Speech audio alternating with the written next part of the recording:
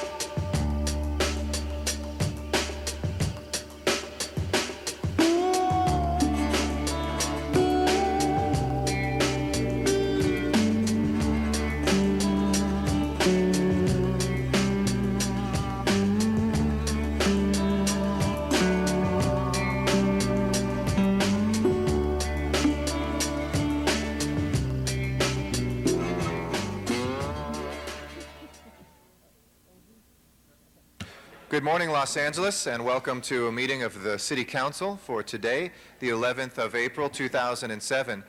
We are meeting in City Council Chambers, John Ferraro Memorial Council Chambers, room 370 here in City Hall, where we meet every Tuesday, Wednesday, and Friday at 10 a.m. We invite members of the public to come join us here in City Hall for our meetings, and today we want to welcome special class that we have from Cal State Fullerton that's here, political scientist. Thank you for being here. We are here each Tuesday, Wednesday, and Friday, except for the first Friday of the month in which we meet in Van Nuys City Hall. Otherwise, we're here, and we occasionally take City Council out into other neighborhoods. Most recently, we did that in the 15th Council District down in the southern stretches of Los Angeles. I want to welcome our viewers on Channel 35. We are broadcast live through the city's cable system on Channel 35, LA City View, your city channel, and we are rebroadcast in the evening via tape delay. We also are available online through the city's homepage at www.lacity.org, and you can click through the links to watch us live on the web through streaming video. Lastly, if you're not close to a computer or close to a television, you can always call audio service we have called Council Phone, which allows you to listen to the proceedings of the City Council or any of our committees. That number is 213-621-CITY. Our agendas are available online also at lacity.org, at the City Clerk's office, or also here in Council Chambers. And we have local high school students who serve as Council ambassadors who can explain to you the ins and outs of City Council in the back of the room.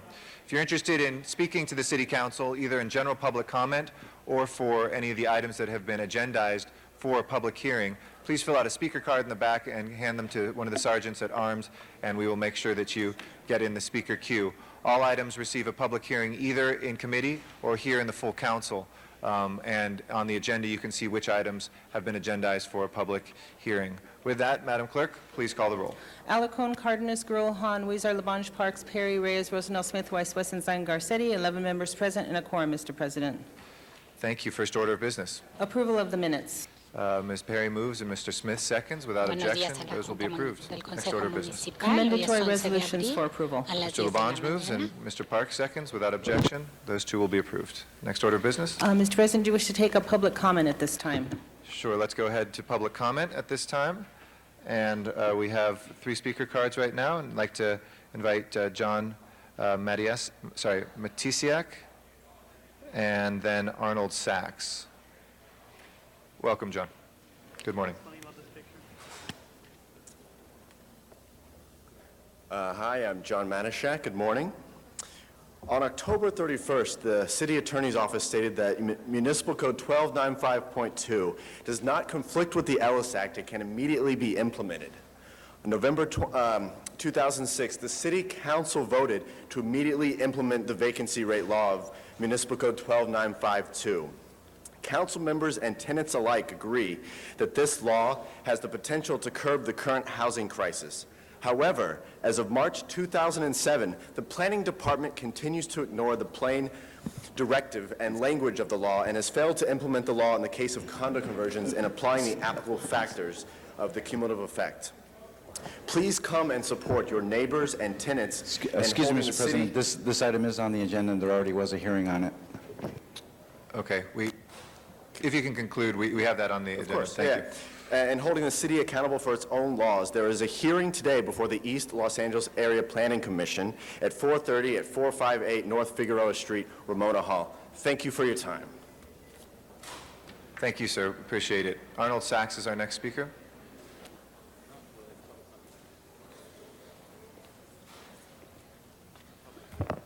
Good morning, City Council. Just very quickly, public comment allows you to speak on anything within the City Council's agenda. So even if an item is on the agenda, a person can use his 2 minutes as public comment to speak on that item. Is that correct, Mr. President? Would you please hold my time?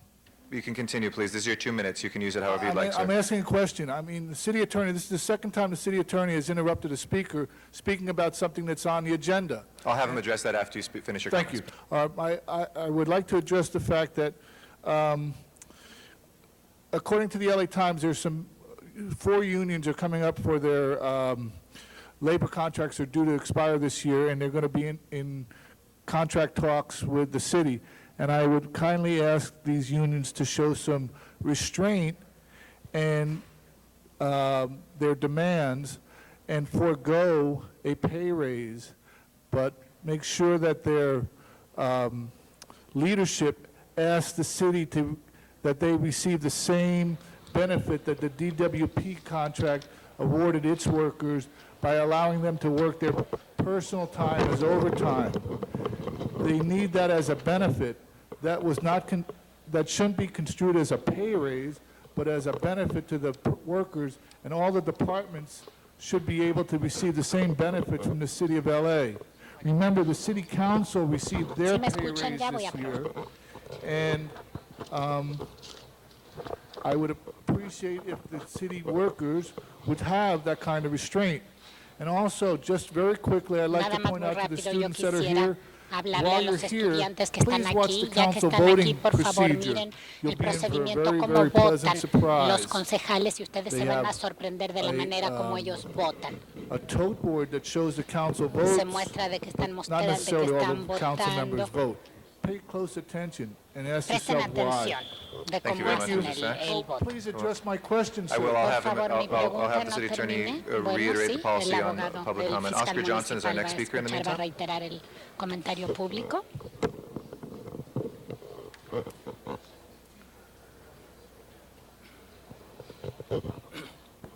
Good morning, City Council. My name is Oscar Buenos días, Johnson, concejales. active for the homeless on Skid Row. Yo soy And una I de las see where personas the sin mayor of hogar Los de Angeles Skid get Row. $180 million a year annually for the Se help the recibe homeless on Skid Row, 180 millones para que las where they personas receive no estén en la benefit calle, from. en el área.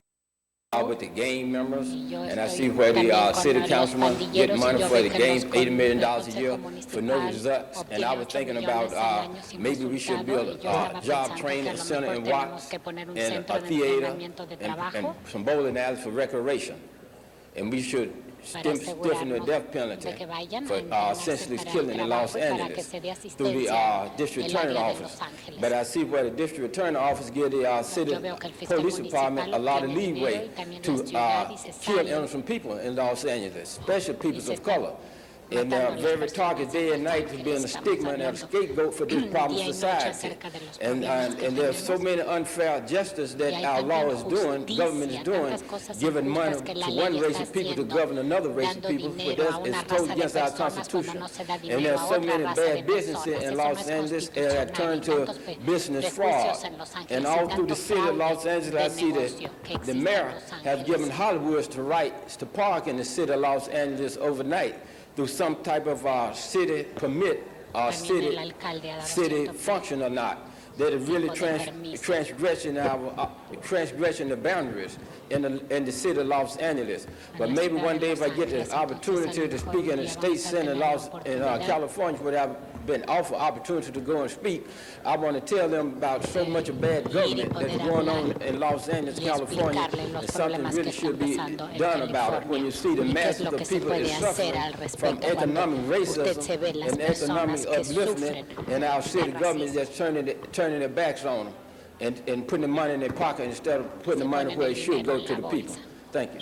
Gracias. Thank you, Mr. Johnson. Gracias, Mr. señor City Attorney, do Johnson. you want to reiterate on general public Fiscal comment what the reiterar las policy is reglas for del, public hearings on items that have been agendized or comentarios received a public público? hearing?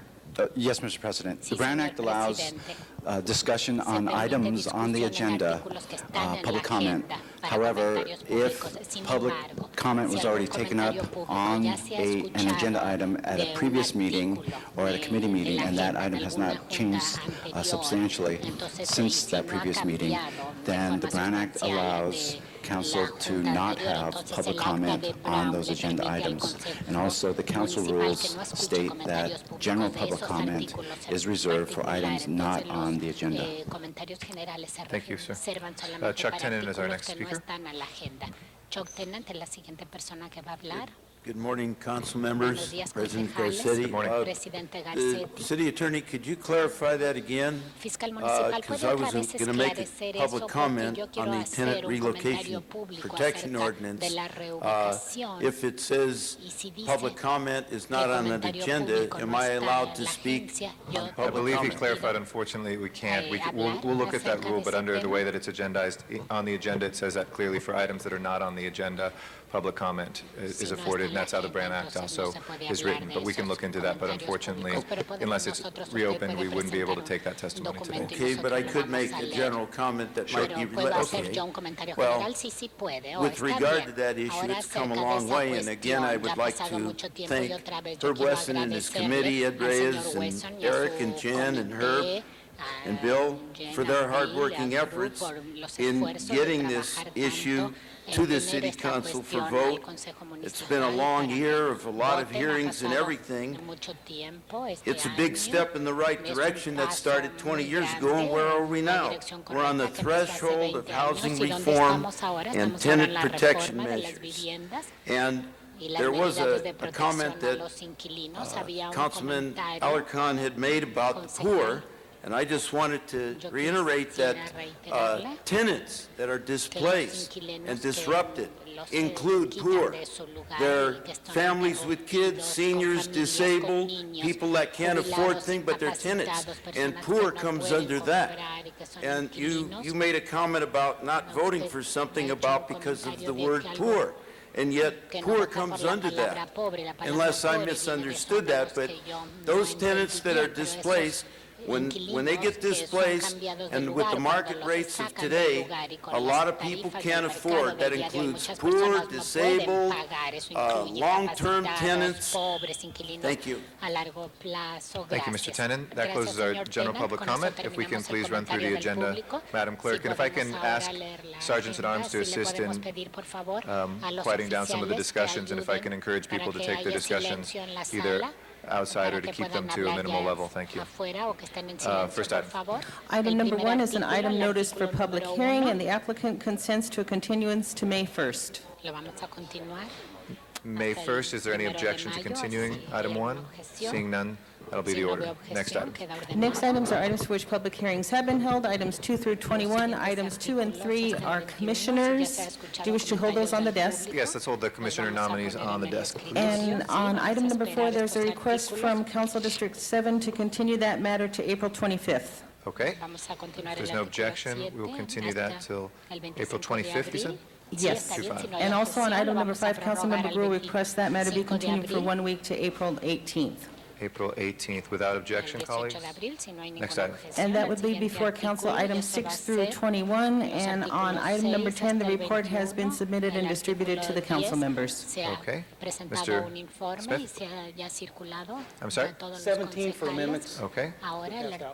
artículo Smith on number 17 para 17. una enmienda. Mr. Sí, el Parks? señor On Smith, number especial 8, el I'd número like to get a 17. continuance for a Sí, week. el artículo 8, queremos una prórroga Okay, without por objection, una continuance semana. for Si 1 no hay week. objeción, se va a That would take us prorrogar to, una semana. Entonces nos the lleva 18th. ahora al There's no artículo objection, 18. so Si no ordered. hay objeción, queda ordenado.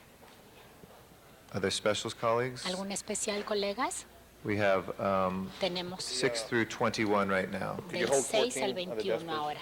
A ver, el 14 on the desk. 14 lo vamos a dejar en el Mr. escritorio. Zine, El señor Zain. 6, Ms. Han. El artículo 6, la señora Han. All right, and 19 is linked to that. Do you want both of those? Y el 19, 19 también are those está- taken up together, Madam Clerk? ¿Los quiere If juntos? council ¿Están wishes, relacionados? it can Sí. take those matters Si up el together. concejal Okay, we'll put those quiere together then. hablar de los dos artículos Other juntos, ¿se specials, puede? colleagues? Sí, lo vamos a poner juntos. ¿Algún otro especial, colegas? Seeing none on the No vemos otro balance, especial. A ver, let's entonces open the en roll, el resto vamos a preparar close the la roll, lista. and tabulate Vamos the a vote. tabular los votos. 14 ayes. 14 Those sí. are approved. Están Next items, aprobados. please. El siguiente Next items artículo, are por items for which favor. public hearings have El not been siguiente held. artículo son Items artículos que 22 no se through han 46, escuchado. 10 votes are Los required for comentarios del público, consideration. artículos We have a card on 22 al item 22, so we'll 44, call that que se special. necesita consideración. Other specials, Vamos a llamar colleagues? el Mr. 24 Parks? especial, Item el 24 22 special especial, and el item 24 43. especial y el 43 24 and 43 especial. for Mr. Parks. Señor Parks, Other specials? 43, 24, ¿algún otro especial? Seeing none, let's go ahead and open the roll. Excuse me, I'm sorry, Mr. President. There's a request to continue item number 46A to Friday. 46A, is there any objection to continuing that till Friday? That'll be ¿Hay alguna objeción para 13th. prorrogarlo hasta el Seeing none, viernes? so ordered. Vemos que no hay objeción, queda ordenado. And on the balance, Ahora en el Let's resto go de ahead los and open the artículos roll. vamos a preparar la lista. Close the roll. Vamos a tabulate the vote. terminar la lista, tabular el conteo. 14 ayes. 14 sí, Those are approved. queda aprobado. Next items? Siguiente That artículo. would take council back to the items called special. The Ahora first los item called artículos que special se was llaman Commissioner on especial. item number 2, El and comisionado that was del artículo in número Arts 2. Parks this morning, and committee met, and a Esta report has been mañana submitted hablaron and al distributed. comité. Okay, Ya why don't we se take the commissioners up, and then we'll take distribuido. A ver, other ¿por qué los items in the order comisionados, that folks would like. no vienen hacia So adelante? we'll take up item number 2 Vamos a first, and hablar invite primero del Ms. artículo Yanez to número the 2. Vamos table a if you'd like to come invitar forward. que vengan aquí a la mesa adelante, por favor. And I will recognize the chair of our Arts Yo voy a Parks presentar al chef Committee, del Mr. comité. Labange. If you want to, Señor about our Labange. commissioner nominee, if you'd like to say. Quiere This is the commissioner has a great background presentar, sí, el in comisionado tiene unos many areas of the antecedentes Trust muy for buenos Public en Land, muchas also the áreas. Audubon Society, where she's currently and will remain as its director, which has done a wonderful job in the Montecito Heights area, which is so nice. And I've walked that area, and I love the new building, and I love the pond when there's water in it, and I love the open space. But to bring to life the city's position, Mayor Villaraigosa selected a wonderful person who could represent the interest of Los Angeles and all of Los Angeles. And I hope we all have a chance to meet her, because the Santa Monica Mountains, if you look at a geological survey map, start at the Pueblo of Los Angeles and goes west all the way through the Channel Islands. And at the same time, too, you have areas throughout Los Angeles in the Highland Park area that we've been able to reach out and protect and preserve, and also the Augustus Hawkins, an old Department of Water and Power site on 54th, I believe, is a place. So give us your passion. I recommend an aye vote, but I would love to hear the passion from the representative for the mayor and us for the Santa Monica Mountains Conservancy. Commissioner. Thank you. Thank you for having me here today and considering my appointment. I'm extremely passionate about parks and open space. I've been working in the environmental field for some time now at the Trust for Public Land, at the Audubon Society, both of which are well-respected and very established environmental conservation organizations. I look forward to representing the City of Los Angeles at the Santa Monica Mountains Conservancy, especially when we have the opportunity to utilize Proposition 84 funds for acquisitions along the LA River and throughout the region of, covered by the Santa Monica Mountains Conservancy. Another special interest is redressing park inequities in low-income communities that traditionally have been park poor and underrepresented and underserved by traditional conservation efforts. So that's my passion, and I look forward to working with all of you on your special projects. Thank you very much. Mr. Huizar.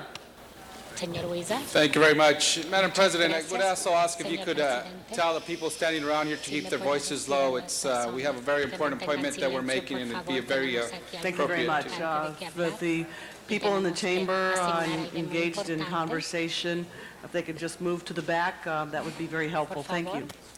And thank you very much, and thank you, Ms. Yanez, for your, of all the activities you do in your community and your commitment to open space and providing more open space in those areas that need it the most, your willingness to serve in this commission. I think this is a great addition for the Santa Monica Mountains Conservancy, and with your knowledge, experience, not only from the Trust for Public Land, but the Audubon Center and your activism in your own community, where you, I think, in El Sereno and Northeast Los Angeles are one of those persons that everyone knows that's there protecting open space, creating more open space, finding leakages for kids who don't have those opportunities to know about wildlife, to know about natural environments that you're exposing them to them. So thank you for your work.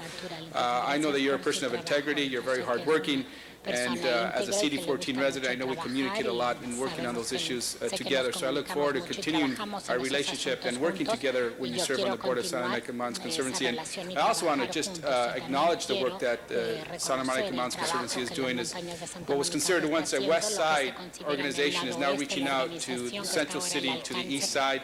I worked together a few years ago with Councilmember Ed Reyes to provide a 10-acre park in what was the very controversial Belmont learning complex, now called the Vista Hermosa project, where we provided 10 acres right next to that park that will be right next to that school that will be operated by the Santa Monica Mountains Conservancy. That's coming online soon. It's going to be one of the largest open space areas here in central Los Angeles.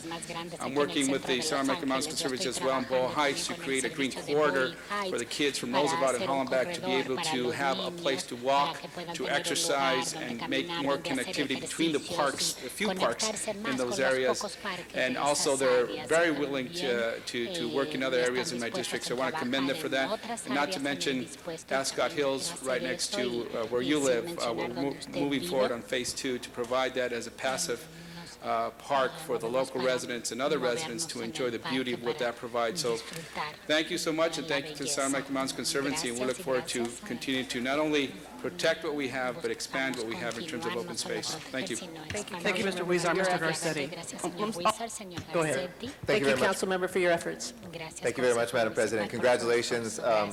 And I want to thank the mayor for making such a smart nomination. And you certainly have my full support, and I've enjoyed working with you, and I know my staff has as well, on a number of issues. Walk us through a couple things, though, that we're working on. I know you're going to be a very strong voice for some of the environmental justice issues that Mr. Huizar raised, and some of the regional issues in the northeast part of the city.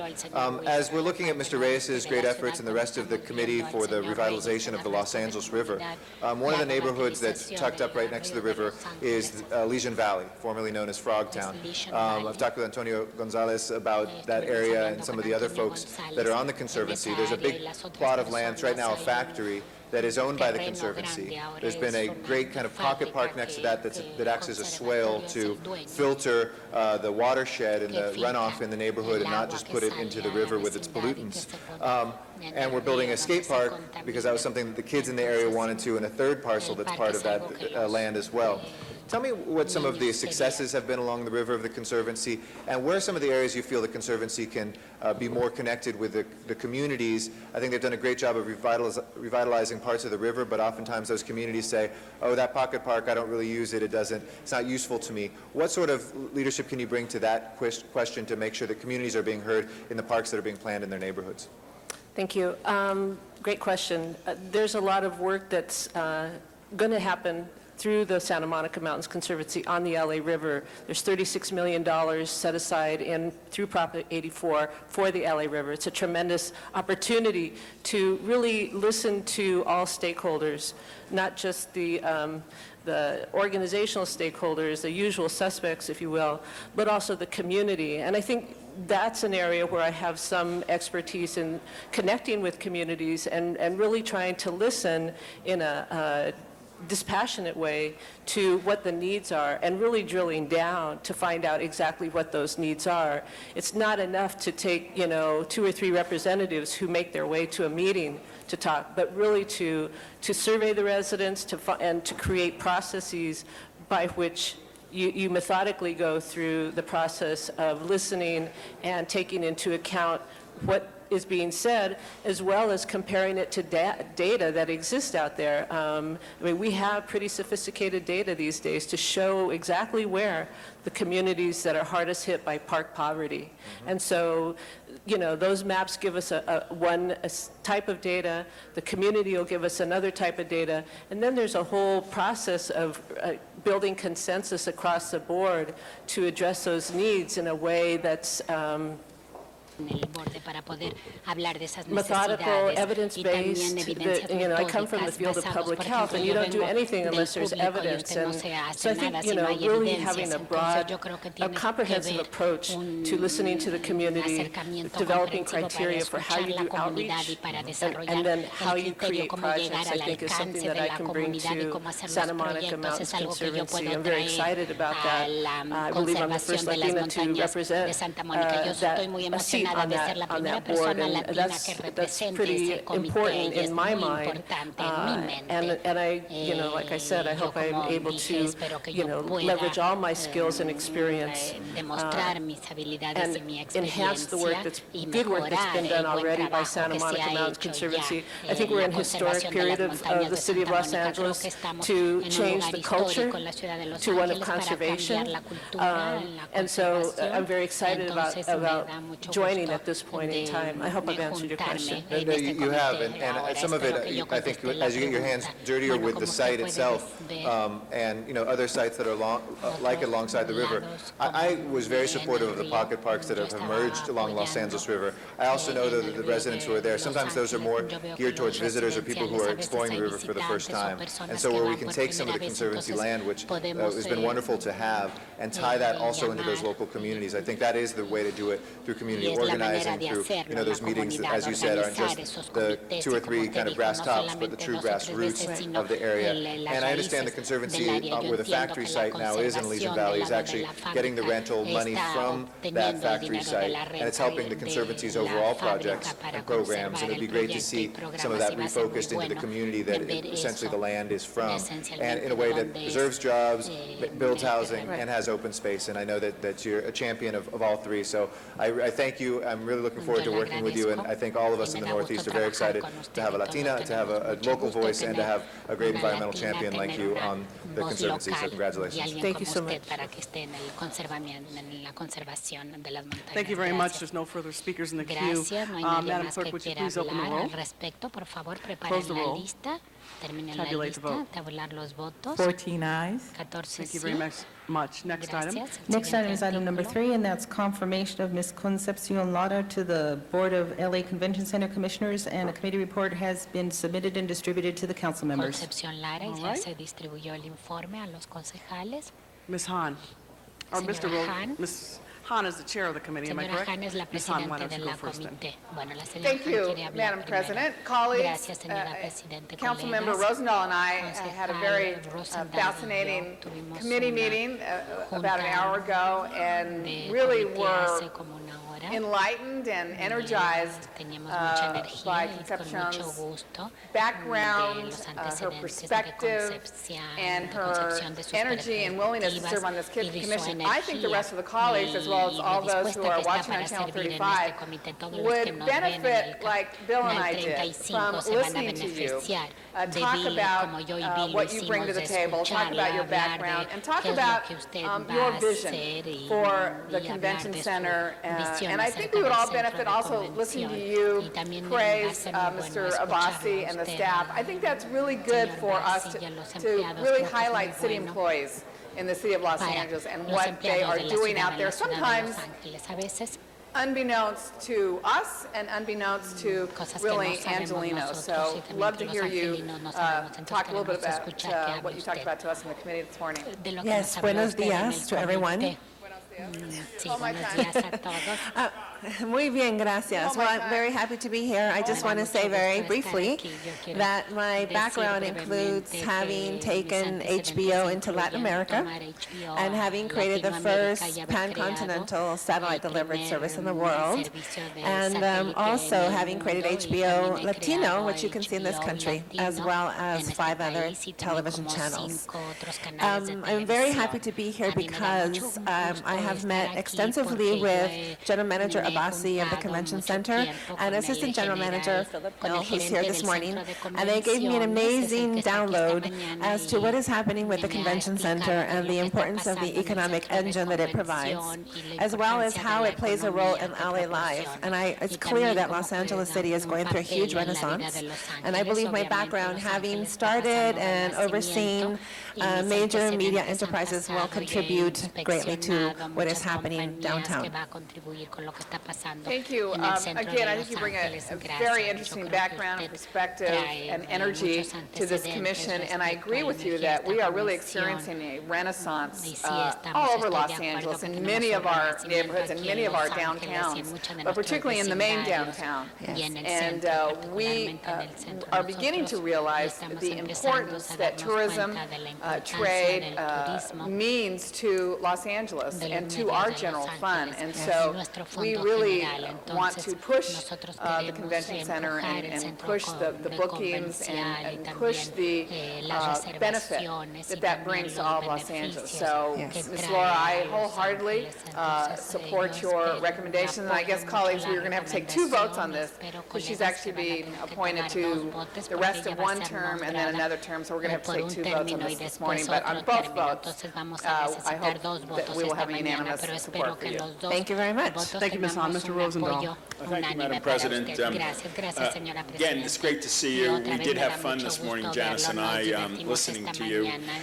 Tell us your vision of the commission, why you decided to step forward and go on for this commission. Yes, I've been very fortunate in my career in having a lot of success in my career, and at this point in my life, I'm very excited and very committed to serving my community and the city of Los Angeles, specifically with the Convention Center. As I mentioned this morning, have been thoroughly impressed by the General Manager Abbasi and General Manager Hill and the enthusiasm, commitment, passion, and professionalism that they bring to the Convention Center and to the city.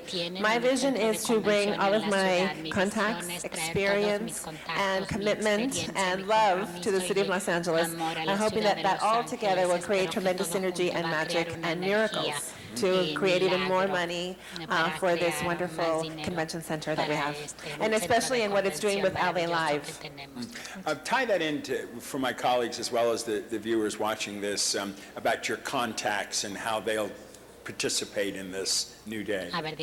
Yes, well, my contacts, I would say, are rather significant in terms of the entertainment and media companies across the world, not just in the United States, but going all the way to, from here to Argentina, Japan, Singapore, Europe, where I have worked extensively. And I think that the vision of the general management of the Convention Center is to continue to make the Convention Center a world-class operation. And my focus is to bring my contacts to have conventions here and to spend their money in the city of Los Angeles. Well, thank you so much for stepping back up to the plate. And you're a class act, and we're better off having you on the commission, and we appreciate you stepping forward and doing this. Thank you. Thank you very much. It's my pleasure. Thank you very much. There are no further speakers in the queue, so Madam Clerk, would you please open the roll? Madam President, the first vote will be on 3A, which is for the term ending June 30th, 2007. All right, would you please open the roll on the first part of our vote? Close the roll, tabulate the vote. 13 ayes. Now the second part. And that is for the term ending June 30th, 2012. Open the roll. Close the roll. Tabulate the vote. 13 ayes. Thank you very much and congratulations. We have to go back to item number 2. There was a speaker card.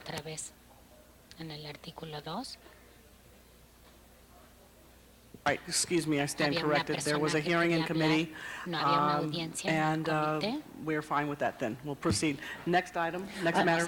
Next item, Madam President, item 6 was called special by Councilmember Han, and I believe there was a request to take 6 and 19 together. All right. 6 and 19 will go together. Would you like to take the speaker cards? Both items have already had hearings. So unless there is a request from a council member to do so, we can proceed with discussion by the council members. Madam President, Señora point of order. Presidente.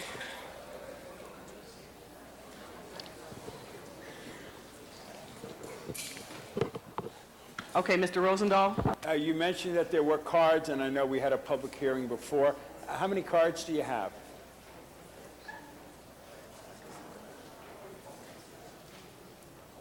Y tuvimos una audiencia del público anteriormente. ¿Cuántas tarjetas tiene? If you combine both items, we have a total of 6 cards. 6 cards. I would suggest that we let that public hearing happen if the 6 people came down here to City Hall to speak. There's no objection to that. How much time would you like to give them? If there's 6 people, 2 minutes apiece. All right.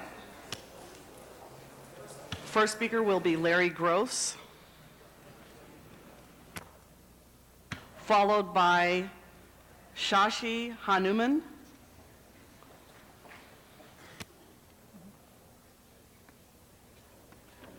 Larry Gross, Coalition for Economic Survival.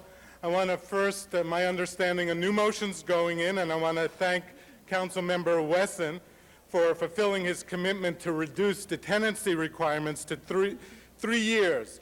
This will provide increased benefits to many tenants. It's the right thing to do, and we urge the Council's support. We still have concerns about the means testing and think that's going to open up a whole can of worms in regards to discrimination.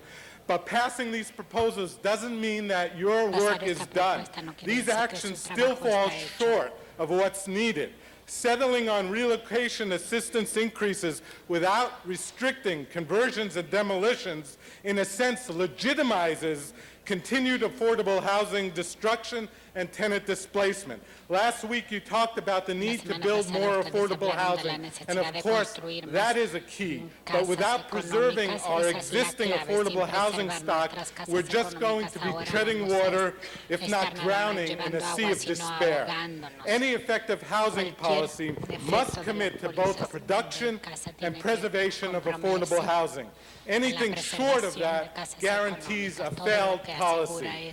Pass these proposals with the lower tenancy requirements, get rid of the means testing if possible, but make a commitment to measures that's outlined in the staff report to restrict conversions, curb demolitions, and stop the evictions now. Thank you.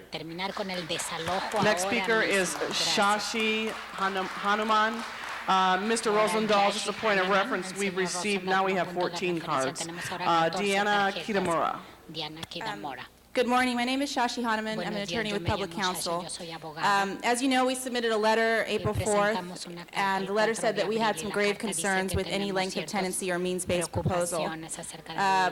The only jurisdiction I know that has a length of tenancy proposal has other restrictions on condo conversions and demolitions. We think there's many unintended consequences, including discrimination against low-income people at the initial rent-up phase and just prior to the length of tenancy increase.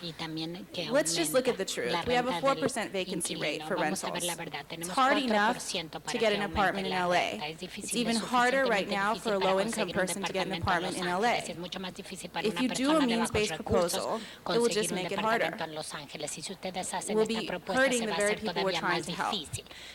Progress has been made in the motion to potentially reduce length of tenancy from 3 to 5 years, or from 5 to 3 years.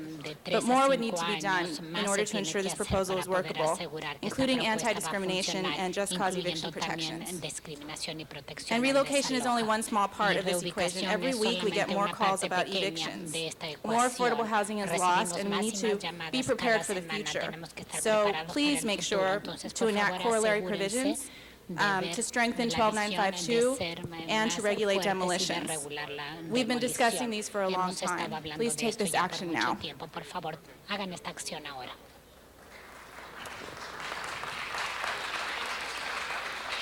Good morning, Deanna Kitamura with Western Center on Law and Poverty. Last week, I talked about how if you do not take precautions, the city is essentially painting a bullseye on the backs of the tenants who have lived in their homes just shy of the date their relocation rights get bumped up. And the general manager of LAHD and others warned of discriminatory actions some landlords may take against low-income tenants because of the means-based testing. In order to ensure that the benefits you are creating do not actually hurt the most vulnerable tenants, the tenant advocates urge you to adopt protective measures such as just cause eviction and anti-discriminatory provisions within 60 days. Thank you. Kate Bartolo, followed by Susan McClellan.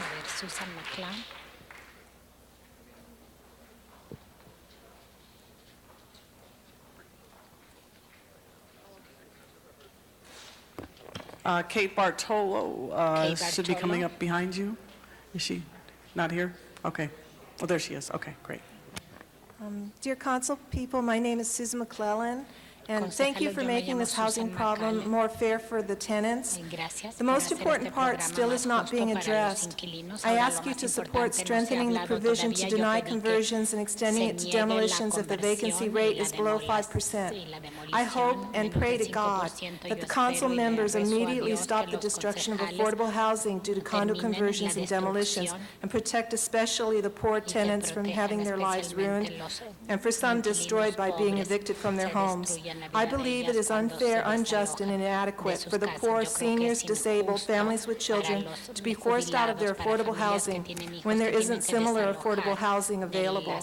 The increased relocation amounts are needed and appreciated greatly, but eventually for the poor on fixed incomes that are around extreme poverty and below, this money to relocate will eventually be exhausted, leaving poor people unable to continue to pay the higher rents, which will, for many, lead to homelessness and/or seniors and the disabled being forced into assisted living and board and care facilities when they are not necessary, except that the person cannot find affordable housing.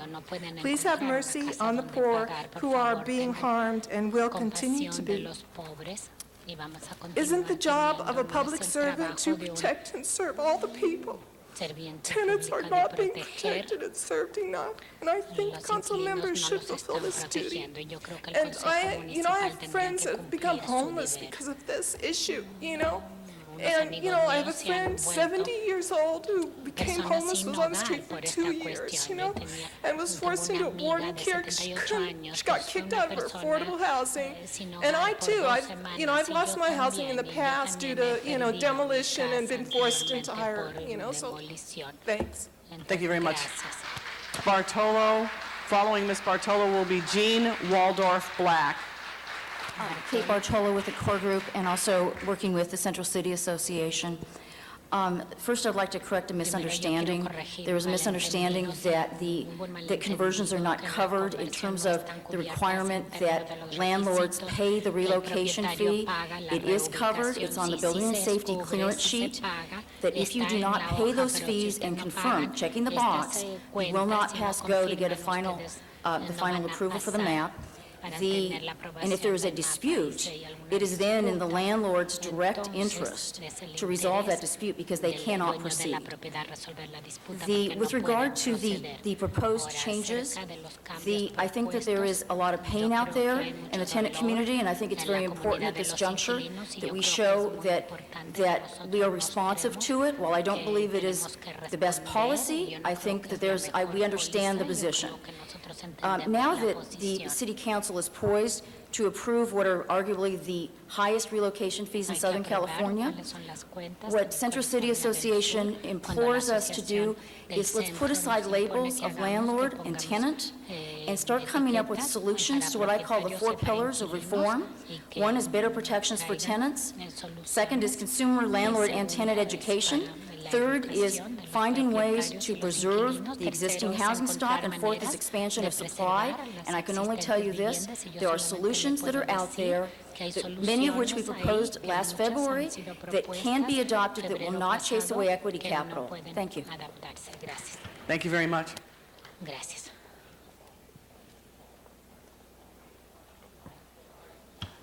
Our next speaker is Jean Waldorf Black. Thank you. Good morning. Last week was the first time I attended a council meeting, and I was a little intimidated. So today I want to speak, and I want to address my remarks directly to everyone involved in this vote.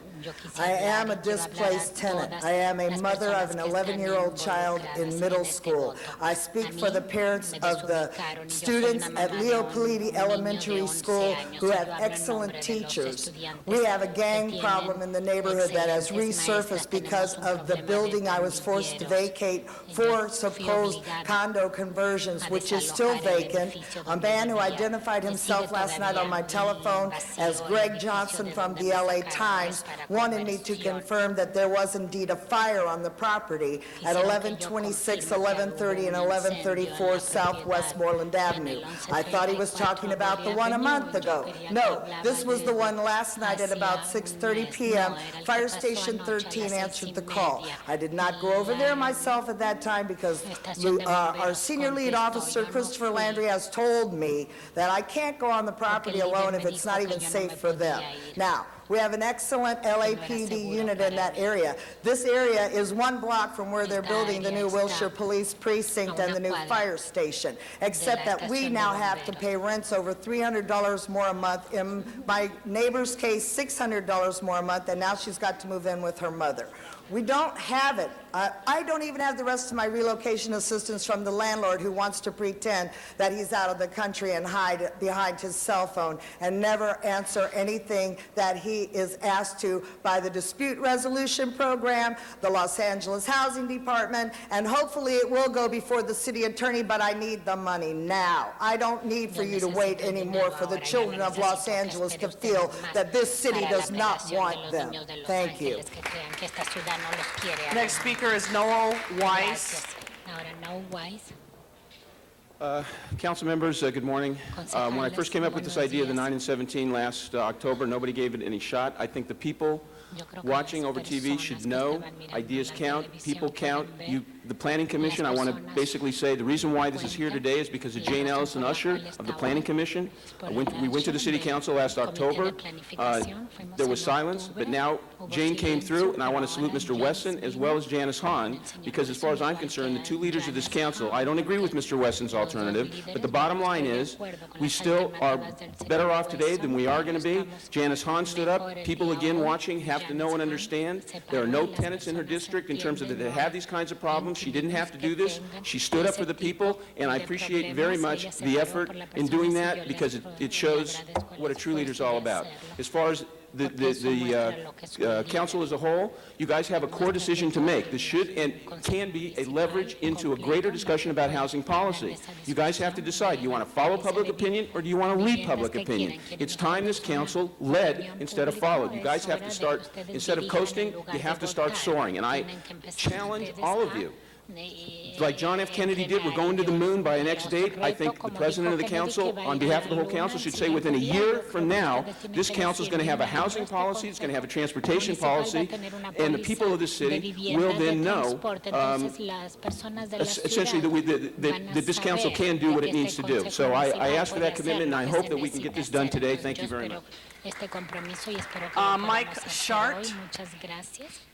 Mark Sharp. I live in a building that's got a vested tract map, so I'm looking at being evicted soon. I urge you to vote for the increased compensation with the protections for the poor people, because that scares me, the possible discrimination. I have colleagues as a school teacher, exciting young teachers. They're leaving this state because they can't afford to be here. That's not good for our students. I'm urging you not to delay. If you delay this vote, waiting for the perfect solution, the barn door is open and every cow is out, because you've just given warning to the owners. Let's serve the evictions before this is done, and that's what will happen if you wait too long. And again, the people you're trying to protect will be out the door. Do this now. Chuck Tenon, please. Chuck Tenon, por favor. Good morning, council members. Chuck Tenon. This tenant relocation protection ordinance, which is coming to vote, it's come a long way. I'd like to thank Herb Wesson again and his committee, Ed, Bill, Eric, Jan, Herb himself for their hard-working efforts in getting it to this point where it can be voted on. It's a tiny but big step in the right direction that started 20 years ago. And where are we now? On the threshold of passing housing reform, tenant protections, in trying to minimize the housing crisis. I'd also like to thank the following people for their efforts. Noel Weiss for starting the South, Larry Gross and all his efforts, Wendy Gruhl's support, Janice Hahn's support, and all the tenants and people that voiced their opinion in this decision-making process. It's come a long way. We need to go a long way to modify it so it works for everyone, developers and tenants alike. It needs to be, as Herb Weston said, flawless. So put your vote where your heart is. We've lost, I wanted to say we lost hundreds of displaced tenants in Valley Village in our area. And we need something. I've watched these people cry and be stressed out and go to places that they could not afford. And so it's about mainly getting the money through that reflects the market rates of 2007 and give these people a smooth transition. If they have to go out and move, give them an opportunity where they can get in a place where they have enough money to do that. Thank you. Tom Patterson is our next speaker. Tom Patterson, representing the Valley Village Residents Association. I hope the council people who last week stood on principle and voted against the higher relocation benefits on the basis of means testing will reconsider their position. It's time for you to act, and it's time for you to act today to pass tenant relocation improved benefits. I don't like means testing, but as Mr. Wesson has pointed out, this is a one-year test, and if means testing becomes burdensome and complicated and discriminatory, etc., it'll be killed through our efforts, through the efforts of the public within the next year. I urge you all to act today. It's a year past time to act. Thank you. Susie Whitten, please. I'd like to thank everyone here for addressing these issues. Last week, the Housing and Planning Departments made a wonderful presentation that I thought really clearly explained the problem. My building was targeted a year ago by developers. I lived in my apartment for 22 years, rent stabilized. I received my eviction notice March 13th, but I had already been involved in this issue with Jack Weiss's office, his housing deputy, Lisa Trifoletti, who got personally involved in this issue and educated me assisted me and the other tenants of 4 buildings that were bought by this developer, and these buildings are going to be torn down and replaced with rental buildings. So we're right in the middle of this particular issue. You know, we're kind of a test case for it. And just, you know, looking at my own self and my own beliefs, yesterday there was an excellent opinion, an article written in the LA Times that really explained the difference between unadulterated greed in this issue and sharing the prosperity. And I want to see LA become a prosperous city in each separate district that addresses the needs of all of the constituents and shares that prosperity, creatively finds a solution. I think the only way to creatively come to a solution is for all the different parties with all the different needs to participate and create a new solution, not an old solution. Thank you very much. Our next speaker will be Brian Paul. Brian Paul. Siguiente ponente. Okay, the first thing I'd like to do is to draw the President of the Council's attention to the way that the meeting was conducted when this issue came for a hearing and public comment. I think there was some severe problems with the process and the way that this was done. I think it was very unfair. So if you would kindly look at the April 4th meeting, President Garcetti, I would appreciate it. I feel that what we have created is a situation that we are known for in this city, and it's disincentivizing housing and the investment of housing providers like myself. We can go to other cities and not have these onerous policies to deal with. Why would anybody invest in LA? Janice Hahn, have you invested in housing in LA? Do you provide any housing in LA? And if you do, and the rest of you, I would suggest that if you're a housing provider, you would have a better insight. Excuse me for one moment, sir.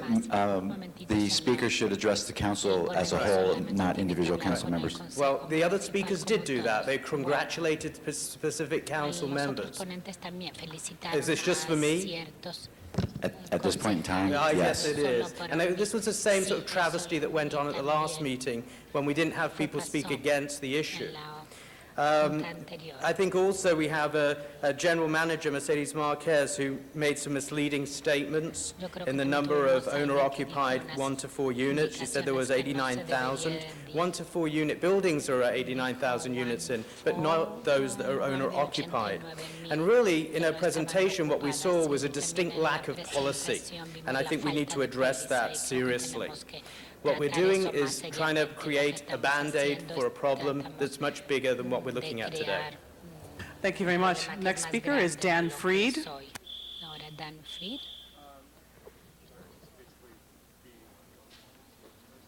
Good morning. My name is Dan Freed. I'm General Counsel for a real estate management company in Los Angeles.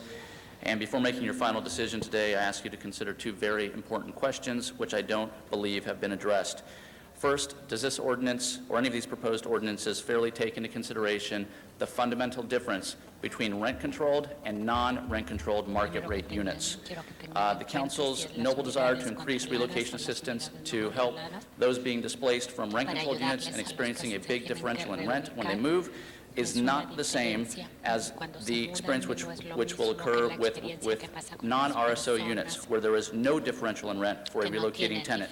And you have, I think, inadvertently snared all non-rent-controlled market rate units in the city with this legislation. I ask you to consider how many tenants have appeared before you who are not presently residing in rent-stabilized units asking for this proposed legislation to be passed.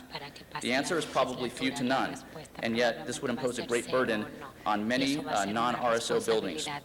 Secondly, and most importantly, I ask you to consider whether the Council has done their due diligence in relying on the data supplied by the Housing Department, which supports the claim of 12,000 lost RSO units in the last 5 years. For 6 months, my colleague and I have questioned news reporters and the Office of the Housing Department for substantiation of this this 12,000 unit number, and nobody, shockingly, has been able to provide the support. This has gravely concerned me, and it should gravely concern you, as it calls into question the validity of the very facts that you're relying on to propose this legislation. The data supplied by the Housing Department, which totals only 6,000 currently, does not even disclose or disclaim whether any of that 6,000 is merely mapped for a tract map or has actually been removed from the housing supply at all. Before you pass any proposed ordinance, I ask you to consider whether the Housing Department has substantiated to your satisfaction the numbers that you're using as the foundation for your ordinances. Thank you.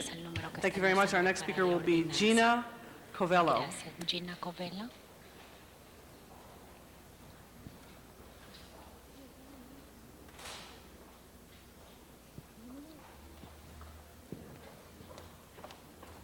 Hello, my name is Gina Covello, and I'm against this proposal. We clearly have a problem here. We need more affordable housing, and we need more housing for the disabled and the elderly. But the relocation fees and the 5% vacancy is not the answer to this problem. It's not the solution. It may seem like a solution today, but what about a year from now, 5 years from now, and 10 years from now? We need to implement more incentives to the developers and the builders to actually build affordable housing, to build housing for middle class, and to build more affordable housing for purchase. If we continue this route, investors, if they do stay here, will factor in these costs in their building, which will decrease affordable housing units in the marketplace, as well as decrease affordable housing for purchase. I think there are other solutions and other incentives and ideas that we can do to help both sides. I urge you all to rethink this and vote no. Thank you very much. Our next and final speaker will be Michael McHugh. Michael McHugh, nuestro último ponente. Good morning. Pardon me, I have a little bit of a cold today. My name is Michael McHugh, and I represent the renters in the Studio City area. And I wanted to be sure to respond to the op-ed piece that Councilman Parks wrote in Monday's paper, but I want to make sure that everyone is connecting the dots, because I feel that there were three major mistakes stated in Councilmember Parks's piece.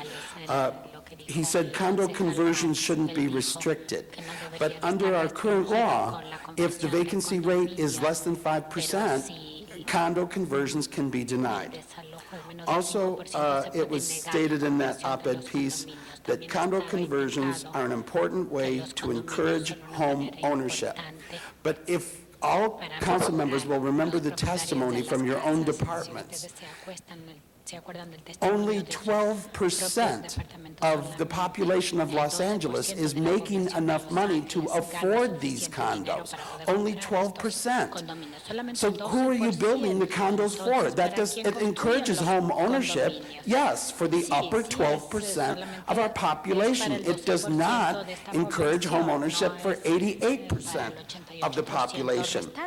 And another statement in the op-ed was that it says when the supply of condominiums or market rate rentals rises and the demand is satisfied, this results in lower prices. Does anyone on either side of this bar in this room believe that? I didn't think so. So the means test, I think, needs to be thrown out because, you know, once you've been served with an eviction, you don't need the extra heart murmur of having to report your earnings to anyone other than the IRS. You know, that's between a citizen and the IRS, what he makes, not between a renter and the landlord. Thank you. Thank you very much. That closes our public hearing. Our first speaker in the queue is Mr. Wesson. I want to thank you, Madam President and members. And I think I really want to thank each and every one of you for last week's debate. It was a magnificent debate. It was a substantive debate. And it was a 6-hour debate on a very, very important subject. And we talked about a lot of things. I think we made the point that this is not the final step, that this is just a step, and that there's so many other things that we must do. So I want to say to, in particular, to Mr. Alarcon and to Mr. Parks and to even Mr. Smith, next week we're going to begin hearings on your desire to take more tenants and create an opportunity for them to become owners. That is important. That's another very important part of this equation. And we need to review Mr. Smith's concerns where it relates to units that are 4 units and more. So we have to do all of that, and I'm excited that I was part of that debate. I'm so proud of the work that Ed Reyes did. In fact, I would say that the majority of the credit goes to Ed Reyes. It doesn't go to me. I did the best I could in the short period of time that I've been here. But we would not be at this point, in my opinion, if it wasn't for other members of this horseshoe and for Ed Reyes. But I want to make a point. I want to try to be crystal clear. Last week, we debated on 2 propositions. One was a recommendation from the Planning Commission.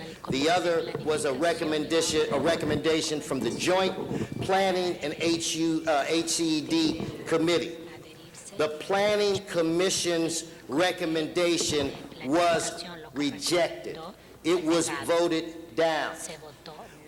The only thing that what we have before us today is an amended version of what came out of housing and planning. That's what we have before us today. If we do not vote yes today, individuals that receive notice from today to next week will not be able to take advantage of the increased benefits. The vote today is about nearly doubling the increased benefits. A no vote, one no vote today will delay that process a week longer, and the individuals that all of us really want to protect, individuals similar to those that are sitting here today with us, a significant percentage of them will lose out on these increased benefits. Now, what I am asking is that we approve this unanimously, so that the minute we do that, that there will be almost double relocation benefits for every tenant in the city of Los Angeles. And I say that we do that unanimously because one no vote delays it a week. I reiterate the commitment that I made last week as your colleague and as a gentleman, that in the event that this doesn't work, we have a one-year sunset, that I will be the one to lead the charge to eliminate any component of this legislation that is not working. So, members, when you vote today, what you are voting on is an increase to the residents, the tenants in Los Angeles. You may not like it all, but this discussion is not over. It'll be back here in a year, but at least let's ensure that we all but double the relocation assistance for the tenants of Los Angeles. So I ask for a unanimous vote. Thank you very much, Mr. Wesson. Ms. Hahn? Thank you, Madam President. And I will say, I do appreciate all of us really taking a good, hard look at this. And I actually had a lot of people that watched that 4 or 5 hour debate on Channel 35 and had a lot of comments, because it really was one of the first times I can remember that we as a council body really debated part of a housing policy. But I think what was made clear by this was that we really don't have a comprehensive housing policy in the city of Los Angeles. And sort of what we are doing is pretty much putting our finger, in the dike to keep the destruction from happening. And while it may be a solution today, as someone brought up, it's not the long-term solution that we need. And I know Councilwoman Gruhl apparently called for, in 2002, a housing policy, and I believe that's what we should commit ourselves today to do, is to really, Councilmember LaBonge always wants us to take a Thursday or a Saturday and really, Brown Act it and public notice it and take a full day to talk about some of these policies which we have really been negligent in coming up with, and I urge us to do that on the housing policy. And I will say, I,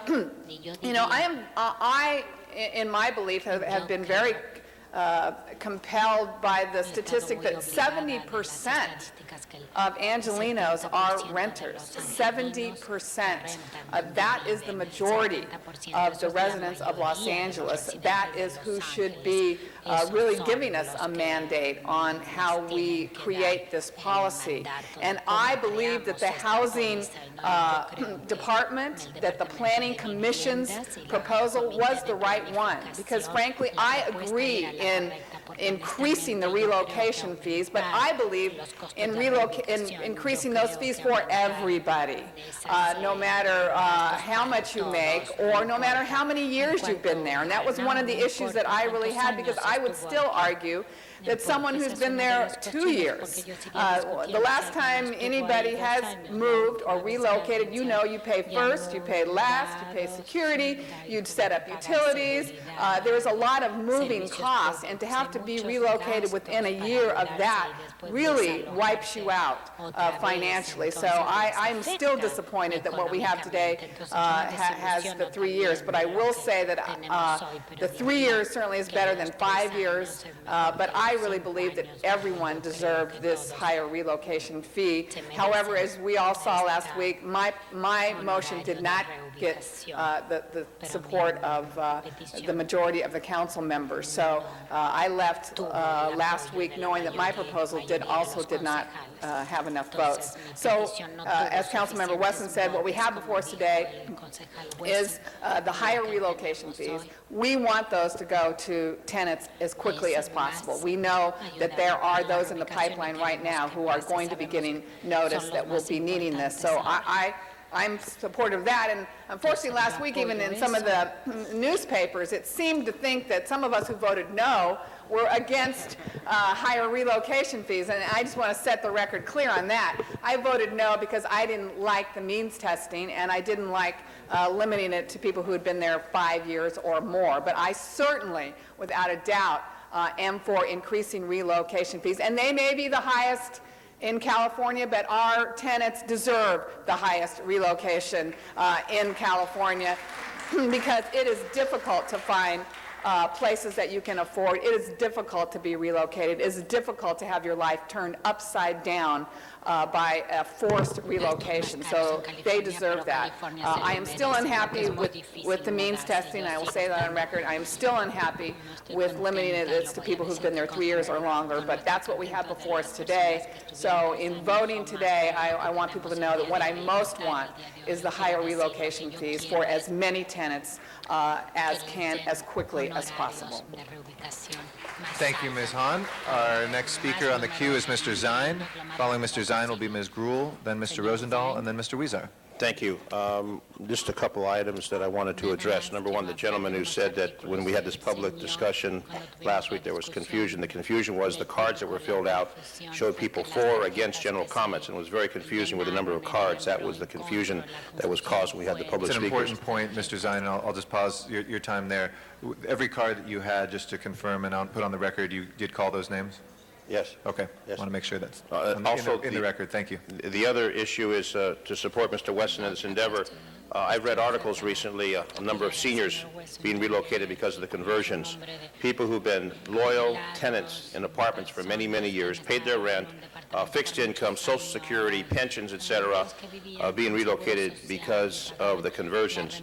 These folks look at that residence as their final resting place. That's what they're looking at. And it's sad to see that they're now being relocated. Where do they have the ability to go out and find something they can afford? So I look at this as a measure of compassion for human beings. There's an area in my district, in the Reseda area, where a number of seniors, disabled individuals, because of conversion, being relocated, the dollars that they'll receive under the current ordinance does not provide them any type of ability to get a moving van, to move their equipment, to their goods, etc., into another residence, and then pay the rent and the other issues that come along with the cleaning up charge, etc., that goes along when you're renting an apartment. So I'm fully supportive of this. I know that the means test is some controversy, but I trust Mr. Weston in his comments that he'll modify it if necessary down the road. So I'm fully supportive of this, and I think that we need to look at the cost of living in Los Angeles, which is prohibitive at this time, where most people in the city living in a residence in a single-family dwelling don't have the financial resource to buy that residence again.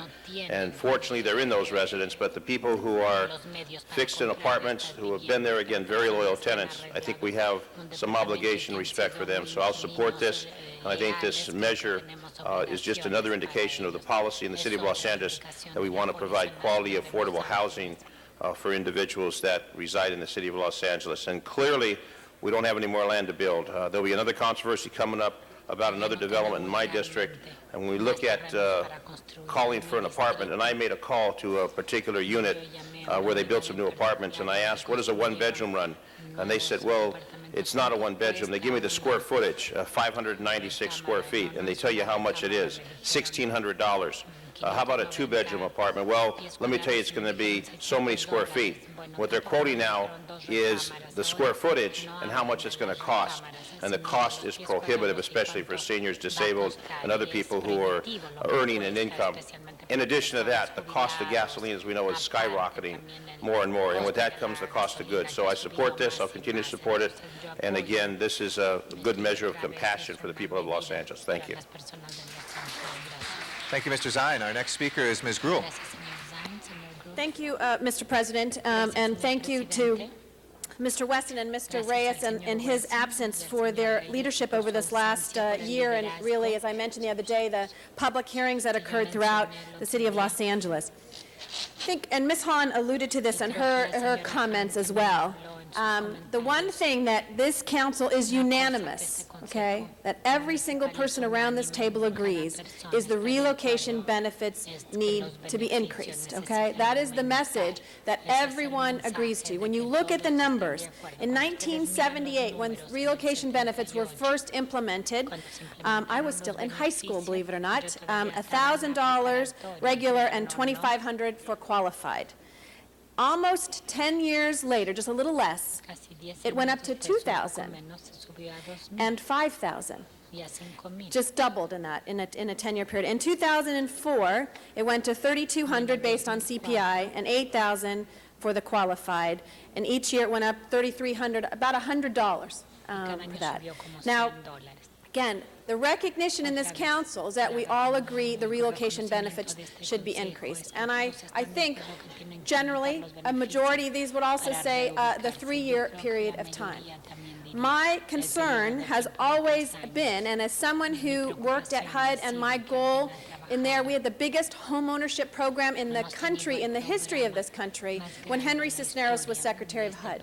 That is critically important, and I think the people who are here and testifying from the Southland Realtors and the Central City Association, all of that, we also agree on this council that we should create homeownership opportunities for those who otherwise would not have it. My first home was a condo because I could afford a condo. I could be able to move into that, and so we know that we have to do both. There is no, one or the other. And so I think today the concerns that I have had is about setting a system for a small number of people. If you look at if this is correct from the department, and I may have to push my button again to ask questions, but what I thought I heard from the department was that if it was 3 years or less, about 50% of those people who currently reside in an apartment that would be converted to a condo would be greater than 3 years. Okay? Then the remainder, you would look at that 50% and say, what portion of those are qualified tenants that either are qualified based on their age and family, or secondly, qualified based on their means test. My guess, is just at least 25% of those people. So we're setting up a system. My concern, and I've shared this with Mr. Weston, is setting up a system for that 25% of the people. And for the owners of these apartments who are now moving into conversion, if you look at the fees, all the fees attached to it, and you look at the average number, I'm going to ask this question after probably my second time, what's the average size of those apartment buildings that are converted? Okay, the average size. Let's just say, and in my district where we've had a lot, it's 10. And you look at 75% of those will be qualified. You're talking about 2.5 of those apartments are going to be converted that are not qualified tenants that would get the lower rate. I would argue that if you did the math, that we're going to spend more time and money than we would if they just paid the higher amount. And so for me, it's about finding that balance. And I know Herb has been working on that, and I think the vote the other day was about increasing relocation. It was about that one piece that some of us have challenges with on the means test, and the discrimination issue that was brought up, which we find, again, it is not all apartment owners. It's a small portion, but we have to sometimes do laws that are going to protect all. And so that was my interest in trying to do this. Clearly, we have a council, and so no matter what happens in that first vote and the importance of us saying today we want to increase relocation, that's the message we want to send, is that we want to increase relocation, we want a simple system that works, and we want one that I think everyone can benefit, both the tenants and the owners of that property, and to create the home ownership. And that was why I felt at the time I offered a amendment last time, which was to just vote on a portion of that which was in the report from the committee, and that was not approved by this council at the time. So I ask all my colleagues, as you look at the document before you and you look about the program, let's act as quickly as we can.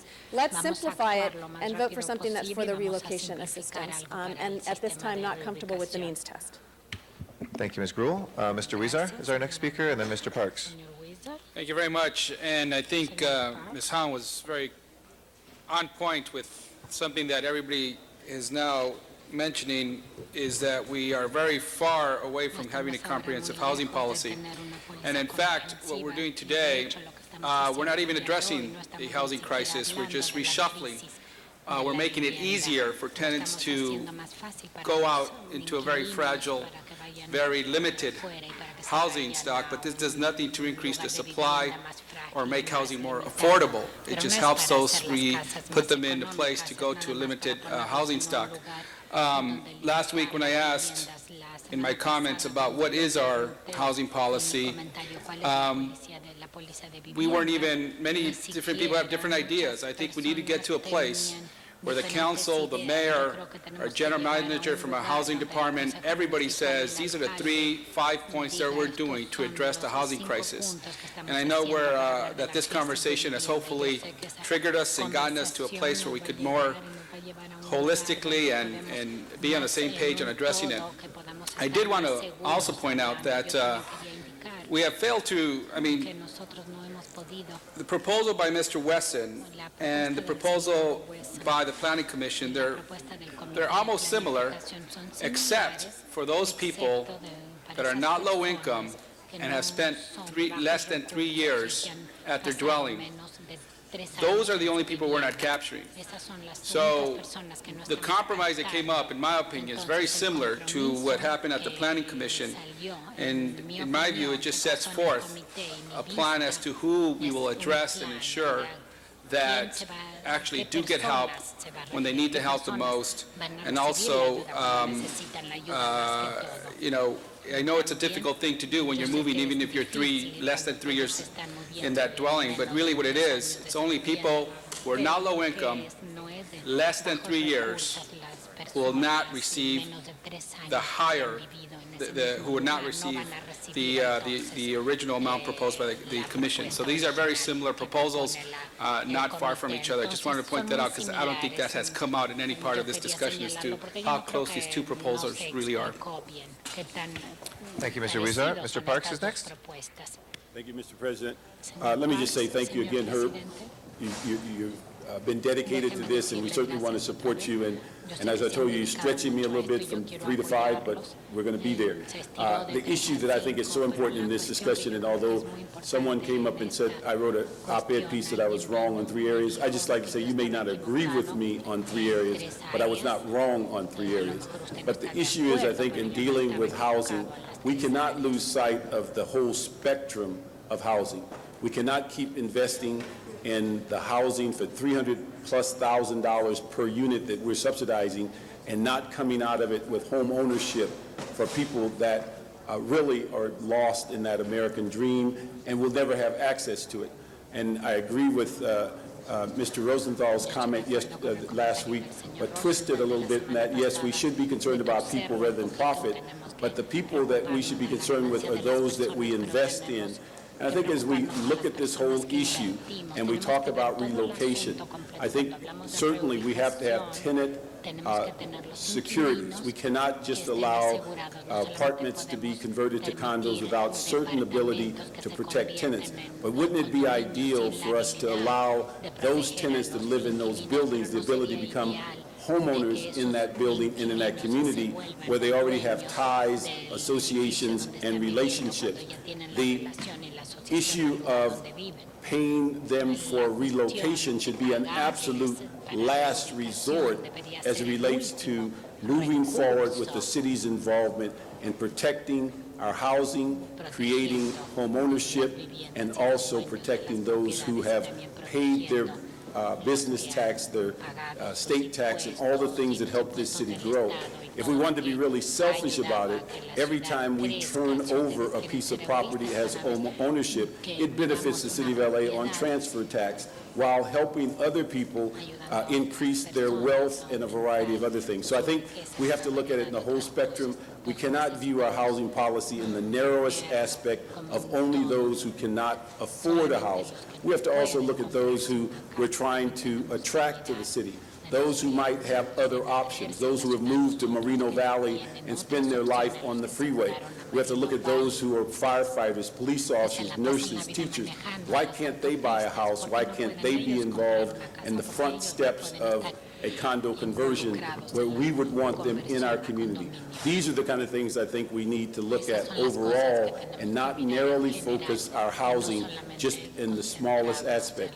As a recipient in the 8th District of only affordable senior and student housing for 15 years, you begin to see how it deteriorates the community because you have allowed all those with options to move on.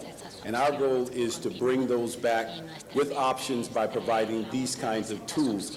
I would like to see that as we go forward on the motion that Mr. Weston said he's going to put forth in this committee on a hearing, that we find a way to use some of our money to say, how many homeowners have we created while we're creating affordable housing units? Can we match that as relates to year, that we created X number of homeowners while creating X number of housing units for renters?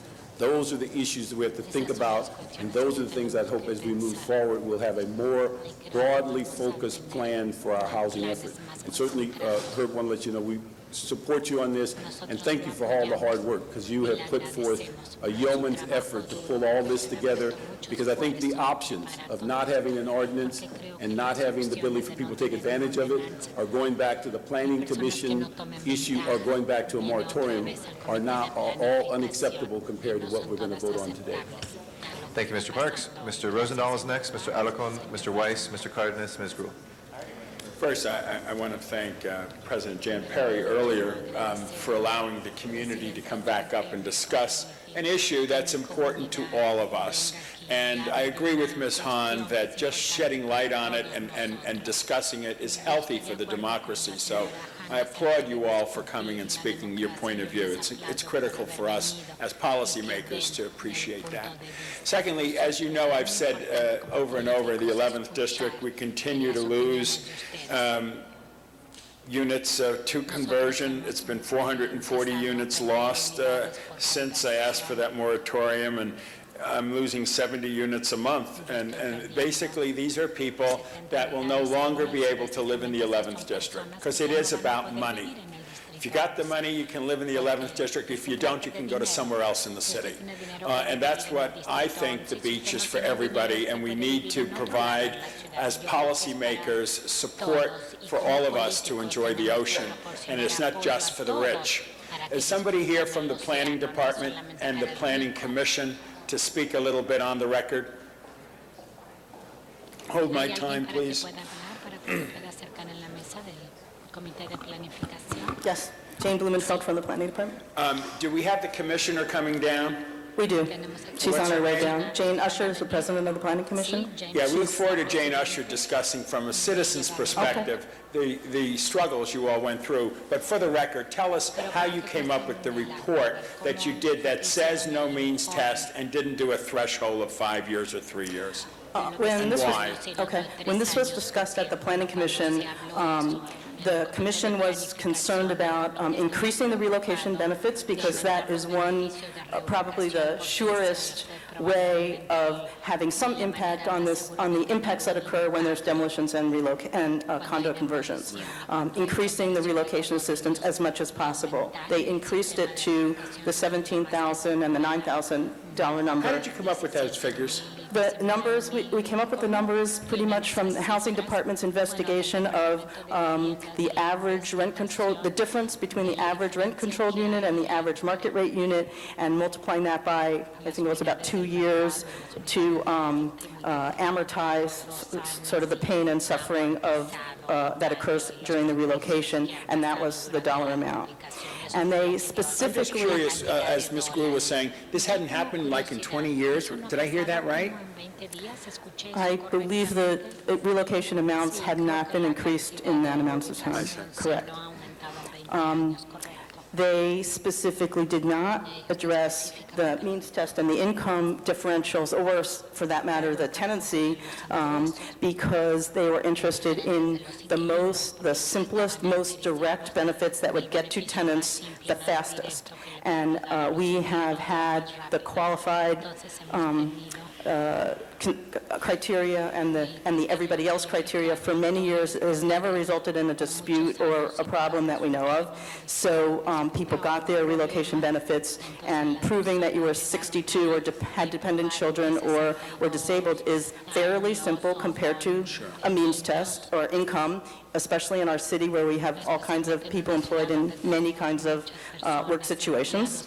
And they felt that it would create a large bureaucracy, would be difficult to administer, would result in disputes and longer amounts of time before the actual dollars were in the hands of the tenants. So that was their rationale.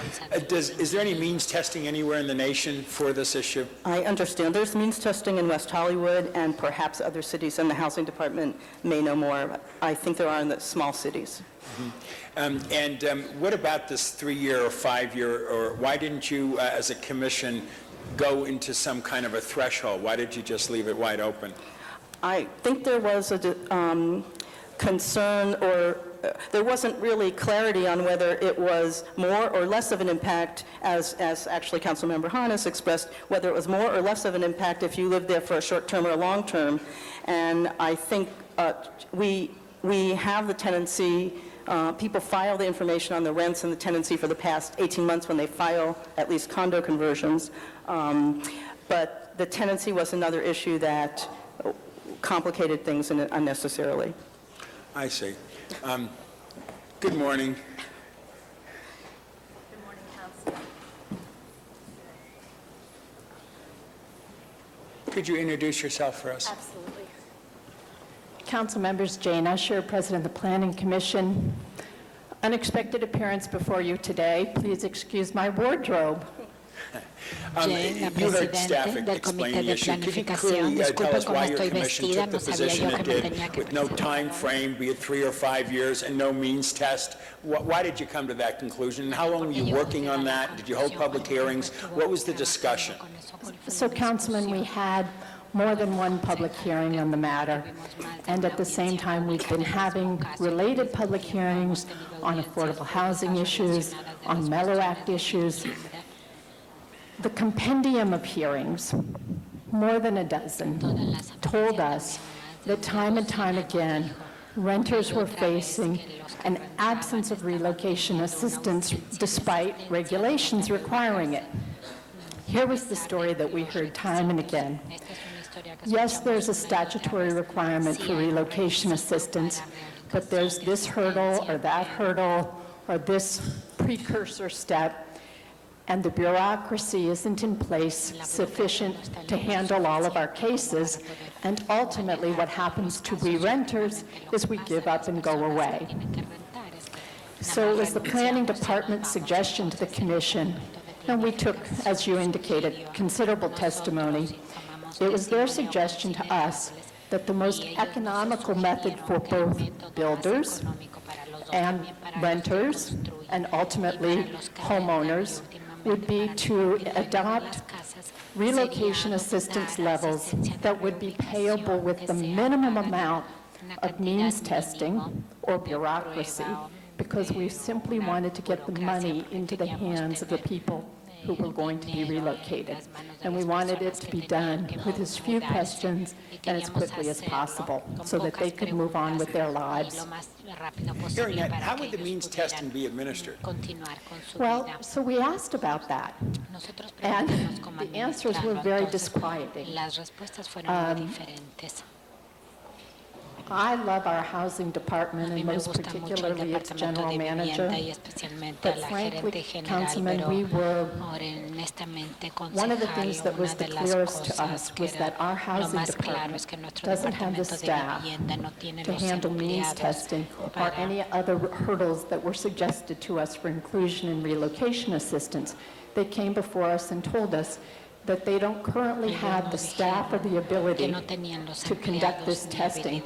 Something that we considered was whether any kind of testing that we did, how about the possibility of making the development community pay for that bureaucracy? Well, you can imagine that idea hit a buzzsaw pretty darn quickly. And so at the end of the day, as we balance everything, it was clear to us, okay, let's be honest. We're a city that doesn't have the ability to quickly cobble together a capable bureaucracy to institute means testing. We don't know how we would do it. We don't know who we would do it with. We don't know if we'd get it right. We don't know if it would take weeks and months, and if it would be subject to any number of challenges where these renters actually become victims of a process that we haven't really stood behind them on. And so, thank you. And so where we went with that is, hey, look, let's just cut right to the chase. Let's establish relocation amounts. Let's establish our two-tiered system, and let's make these payable to anybody who has to relocate. And isn't that really quick and clear and achievable at an economic cost to everybody in the system? So as policymakers, if we vote in favor of this means test, we really don't have the bureaucracy to follow through. At the present time, we do not. One thing to clarify, in the ordinance, there's a fee for the housing department to provide the resources to establish basically two bureaucracies. One, to verify the means testing information, and a second one to resolve disputes that might occur, and those fees are in the ordinance. But Jane, let me add to your thoughts. So we thought about that, and we said, okay, we pay a bureaucratic fee, and perhaps there are appeals, and perhaps this drags out. And if we could monetize the cost, the real cost of all of that, it would probably be more expensive than having paid the relocation number on day one.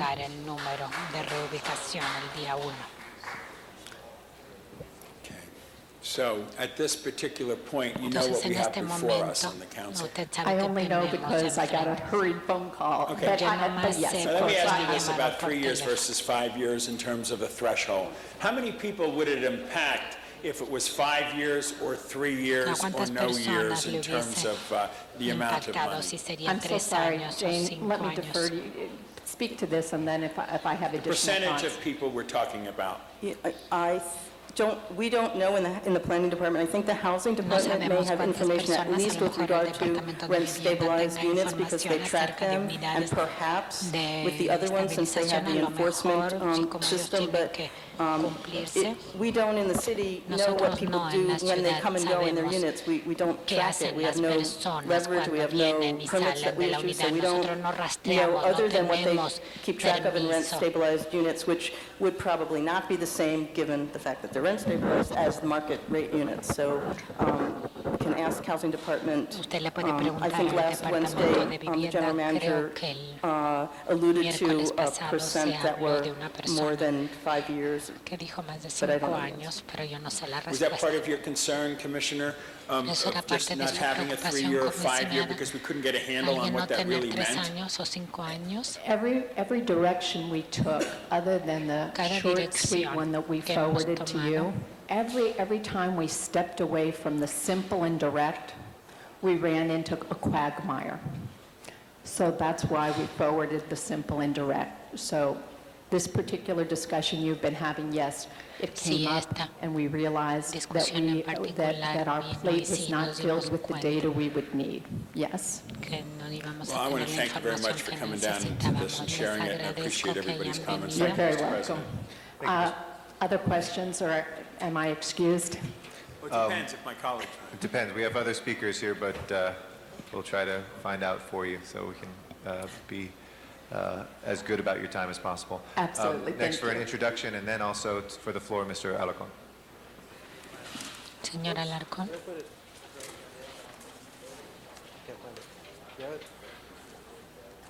Well, I'll have to do the introduction as soon as I dig it out. But on the matter before us, I think it's clear Yo creo que tenemos claro en nuestro caso we don't have a complete package here. que no tenemos aquí un paquete I think completo. some very positive things. On the positive side, Yo pienso we muchas are very cosas quickly positivas, lo providing estamos haciendo muy more rápidamente, assistance to people proporcionando when más they're being asistencia evicted and a in the process of personas que relocation. fueron desalojados In en el many proceso cases, de some of the tenants will mudarse. receive almost triple the En amount algunos that de they los would casos, receive if we algunos de failed los to act. inquilines And that has van to a be a recibir benefit to the el tenants. triple. Entonces eso va a ser un Secondly, we've beneficio para sunsetted el this issue. inquilino. So we've allowed for the opportunity for us to take a look at Segundo, the process nosotros tuvimos la that oportunidad emerges de mirar el and then come back proceso and fix it and hopefully y después regresar y address some of the arreglarlo. shortcomings in the proposal. And I would mention that in a year, Y yo he mencionado the que en un application, año that we're not going to get thousands of applications No for vamos a condo conversion tener because that is miles not de the point at solicitudes which para la they would conversión del have to pay the condominio. relocation fee. They would have to pay it when they're basically ready to evict the people, and that time is not likely to occur in the next year for a whole slew of condo owners and tenants.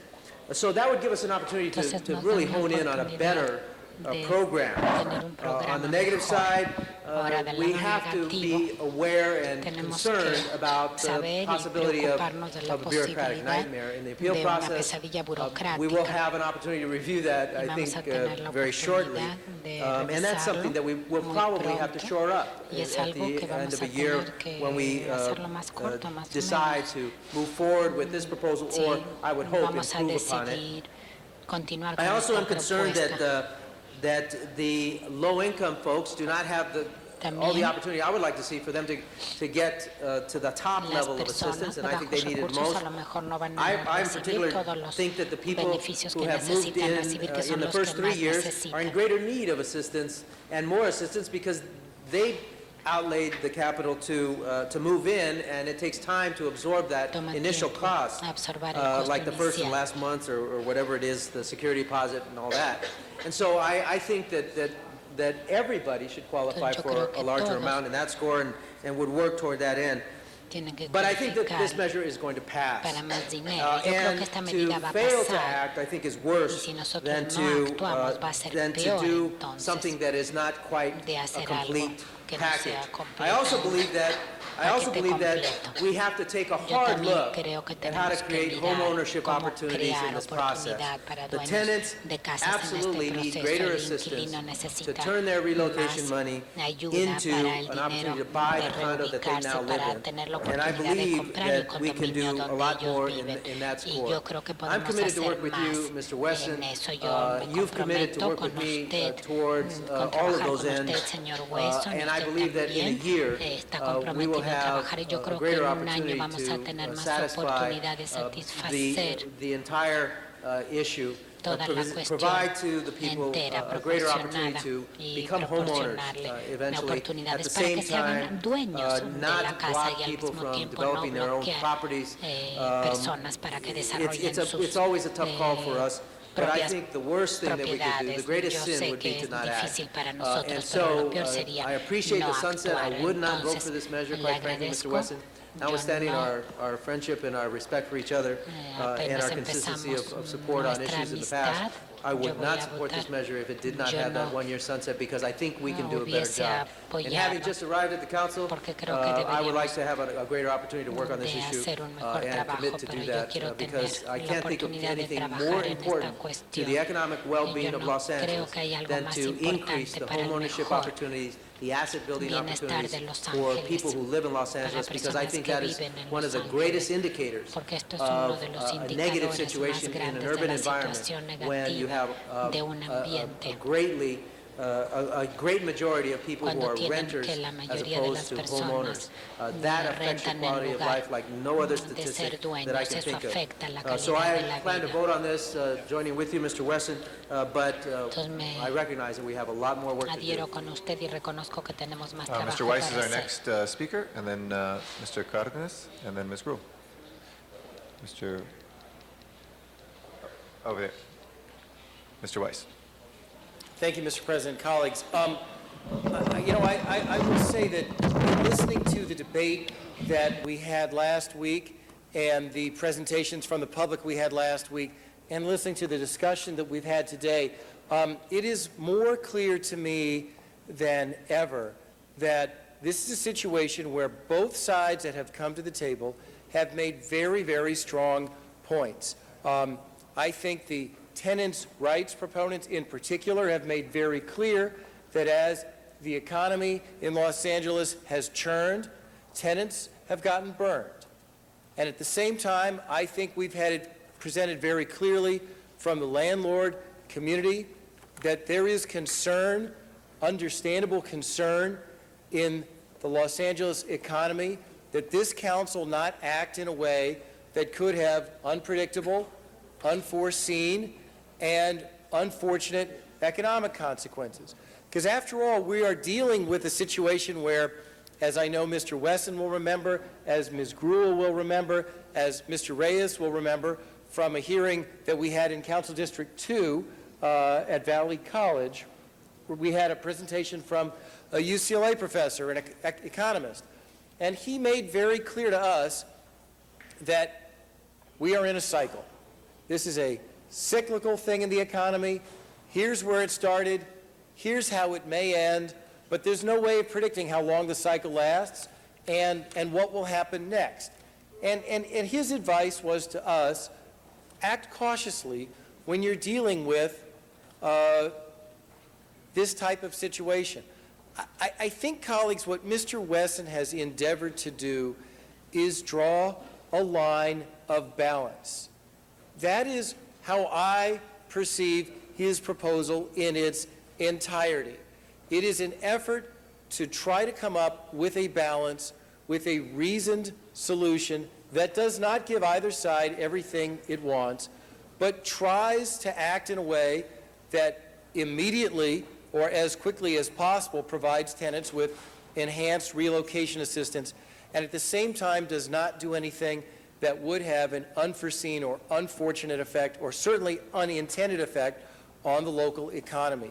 It may not be a perfect solution, and I have heard him say more times than I've ever heard anyone say that he will be the first among us to repeal any aspect of it after a very short period of time if it is shown to be a bad idea or if the facts on the ground bear that out. I think we should take him at his word on that, and I think it is important that whatever we do today, that we listen to one another, because I think we have people on both sides. I think everyone in this council on this issue is well-meaning. I've seen issues where I may not have been able to say that before, Mr. President, but in this one, I do think people are very well-meaning on both sides. I think we need to have our debate. We need to have our votes, but it'd be very nice, colleagues, if we could walk out of here with a supermajority for doing one thing or another and move this issue. Thank you, Mr. President. Thank you, Mr. Card. This is our next speaker. Thank you very much. I'm hoping to be brief, but first, what I'd like to do is let everybody know who's angry about this, whether you're watching on television or you came here before this public democratic process of elected officials. What you're watching here is sausage in the making. If you've ever watched sausage being made, you probably would never eat it again. It's not pretty. It's not pretty, but it's something that is part of what happens. What Councilmember Wesson has done, and I want to thank him for doing this, he has taken an issue at the level of the electeds in the city of Los Angeles, not appointed officials, not bureaucrats, but the electeds, and said, we need to craft a solution. And he has admitted that this solution is not perfect. He has also admitted and committed that over the coming months and over the next year, we will very likely hear more from the public, we will make changes, and we will have something different that it was being contemplated for approval today. And with all due respect to the appointed Planning Commission, this is the constitutional United States democratic system in which this should be decided. Because we, as elected officials, however we vote, are going to be talked about badly, either with renters and or property owners, developers, no matter what. No matter what. People are going to try to tarnish who we are as elected officials. This is a very serious matter. And I agree with everyone that this is not a perfect solution, but I commend my colleague Herb Wesson, who has already let us know this is 99.9% chance that this is not the final solution. But people are being evicted as we speak today. People are getting their notices as we speak today. And there are some people who deserve more compensation than what we have today. So that's why I am willing to vote for this today, because I'm not getting evicted today, but someone, citizen or not, senior or disabled, single with children, is getting evicted today. And they deserve better than what the city of Los Angeles has today. And they deserve better. They also deserve better than what we are actually hopefully going to approve today or next week. They do deserve better. But the only way that we're going to get there is if we force ourselves to reckon with this in a timely manner, because this has been talked about for decades. And I can promise you this will have a much more final and better solution in the next 12 months. That's why I'm voting for this today, because it is our responsibility as elected officials to decide where we stand on this imperfect issue today. Thank you. Ms. Gruhl, and then Ms. Hahn. Thank you. And I just have a couple of questions. I think Yolanda Chavez. She's right behind me, okay. If you could hold my time for a second while she comes.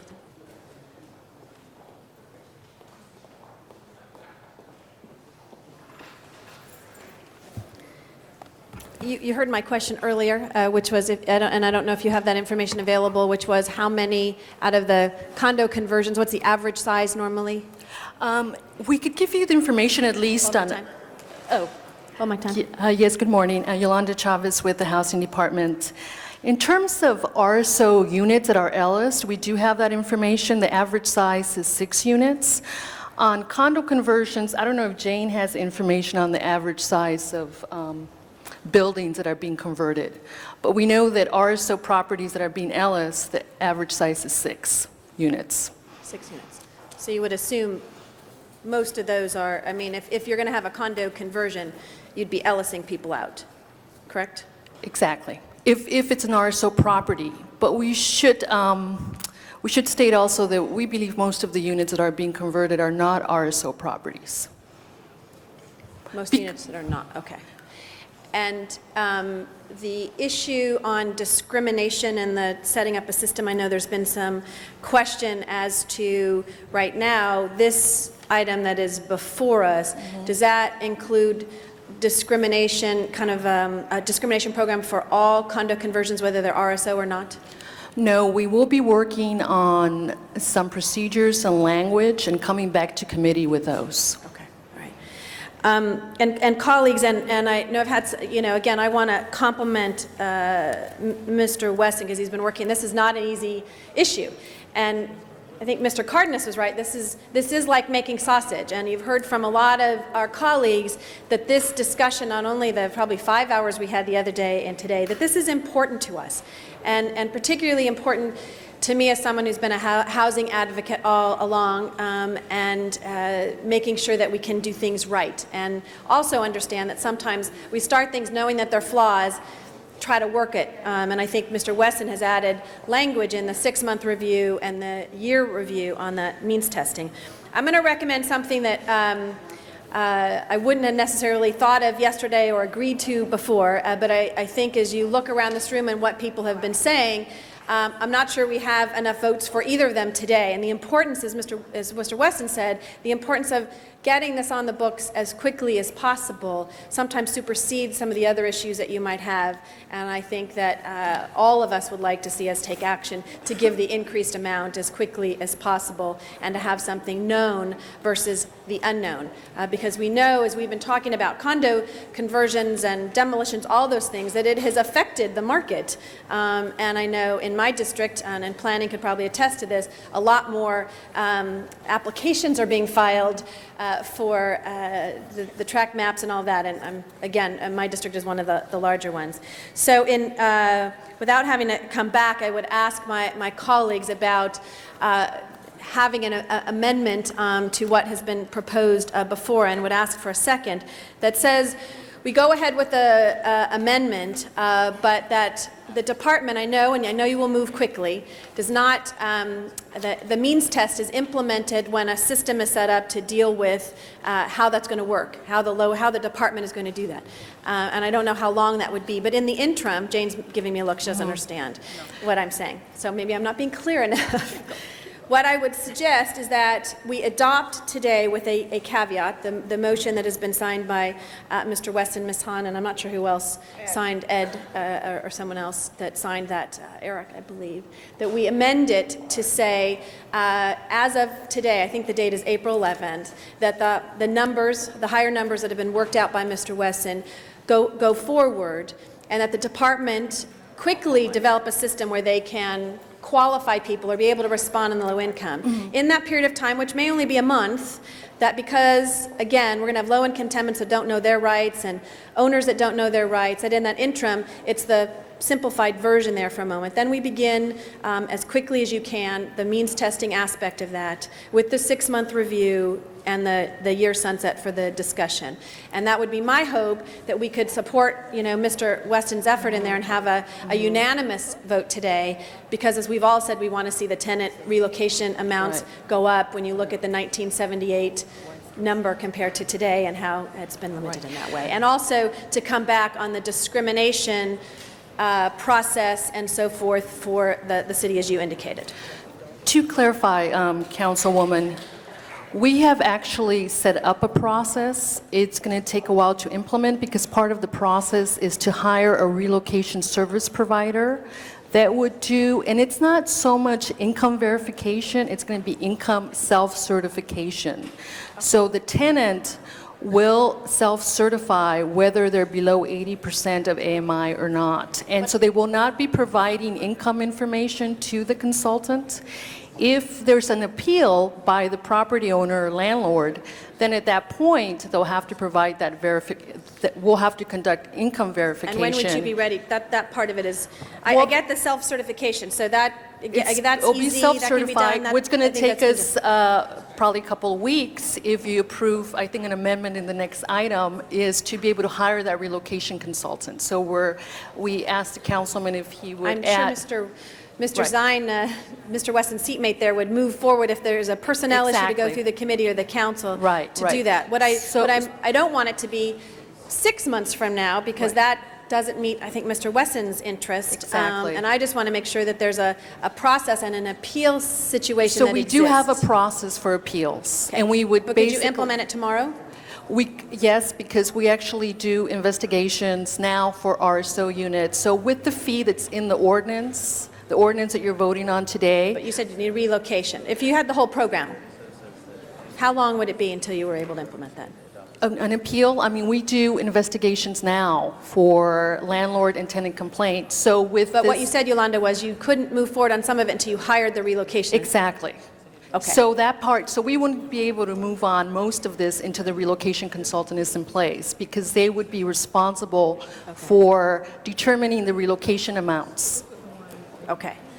That's just my question, and I don't know if there was a time period sensitive, Mr. Wesson, if it was greater than 2 months that we would go ahead and implement your proposal if it was taking them longer than anticipated, because I think, again, that would be my amendment. I don't know if you have a second for that, Ms. Hahn? Second. Ms. Hahn. Thank you. And before I ask a couple questions to the women at the table, can I ask the city attorney to clarify if Amendment 21D was adopted last week as a part of this, which imposed sunset provision within 12 months in each of the relocation categories? Item 21D from last week read, instruct the Planning Department and Housing Department with the assistance of the City Attorney to report to Planning and Land Use Management Committee with alternatives and recommendations for imposing sunset provisions. And my understanding, Could you hold my time? it was as a report back. We were not requested, and it was not written into the revised ordinance. It was not written in the revised ordinance. That's right. Okay, we did not adopt the sunset. Council last week adopted the motion for our office and planning to return to Planning and Land Use Management Committee with recommendations. Okay. All right, well, we need to deal with that. Again, I think last week was very, even after 5 hours, was very confusing in terms of what this council adopted and what it didn't adopt. That's disturbing to me, because I think there was a lot of us that felt that the sunset provision was a part of this. And if we're making sausage here, I think, unfortunately, some of us are being fooled into believing we're eating healthy sausage by calling it apple chicken sausage, which is still the bottom line. It's not healthy or good for you. It sounds like we are going to, with great reservations, adopt this not perfect, going to be changed within a year, doesn't make anybody happy, ordinance. But here's what I would like the three of you maybe to address is this idea that if it doesn't work, then we're going to look at, and Councilmember Wesson was going to be the first one to champion changes and amendments. How are you going to evaluate whether or not this works? And colleagues, again, on the means testing, while certainly the idea that the lowest income renters sort of deserve the most, again, means testing doesn't tell you, I don't believe, how much money you have at the end of the month. I think we don't know sometimes someone's income, who they're taking care of. Maybe they're taking care of a mother somewhere else or a child somewhere else, or they've got a commitment financially somewhere to a relative. So I think that's an unfair basis on terms of who is most deserving and not. But nevertheless, I'm going to keep saying how much I don't like that. Let me know how you're going to evaluate whether or not this works. And how do you capture the person that was there only 2 years and now doesn't get the higher amount? What happens to them? I mean, do we track these people? Do we find out why that didn't work for them when they have to uproot their 3 children who they just put into school and move to another community? I mean, how are you evaluating whether or not this imperfect ordinance works? So, council member, let me take a quick try. Jane Usher, Planning Commission President. It seems likely to me, barring Jane Blumenfeld answering differently, that the analysis will be done by the Housing Department. And this is likely not going to come back to the Planning Commission except in the following respect. I suspect that as additional condo conversions come before us, the public will take the opportunity in our public hearings to give us their ground level view on whether or not this is working. And it will be therefore on an ad hoc, case by case, quite possibly case specific basis, and will not, at the end of the day, likely give us the full picture. I apologize, but I suspect that's what's going to happen.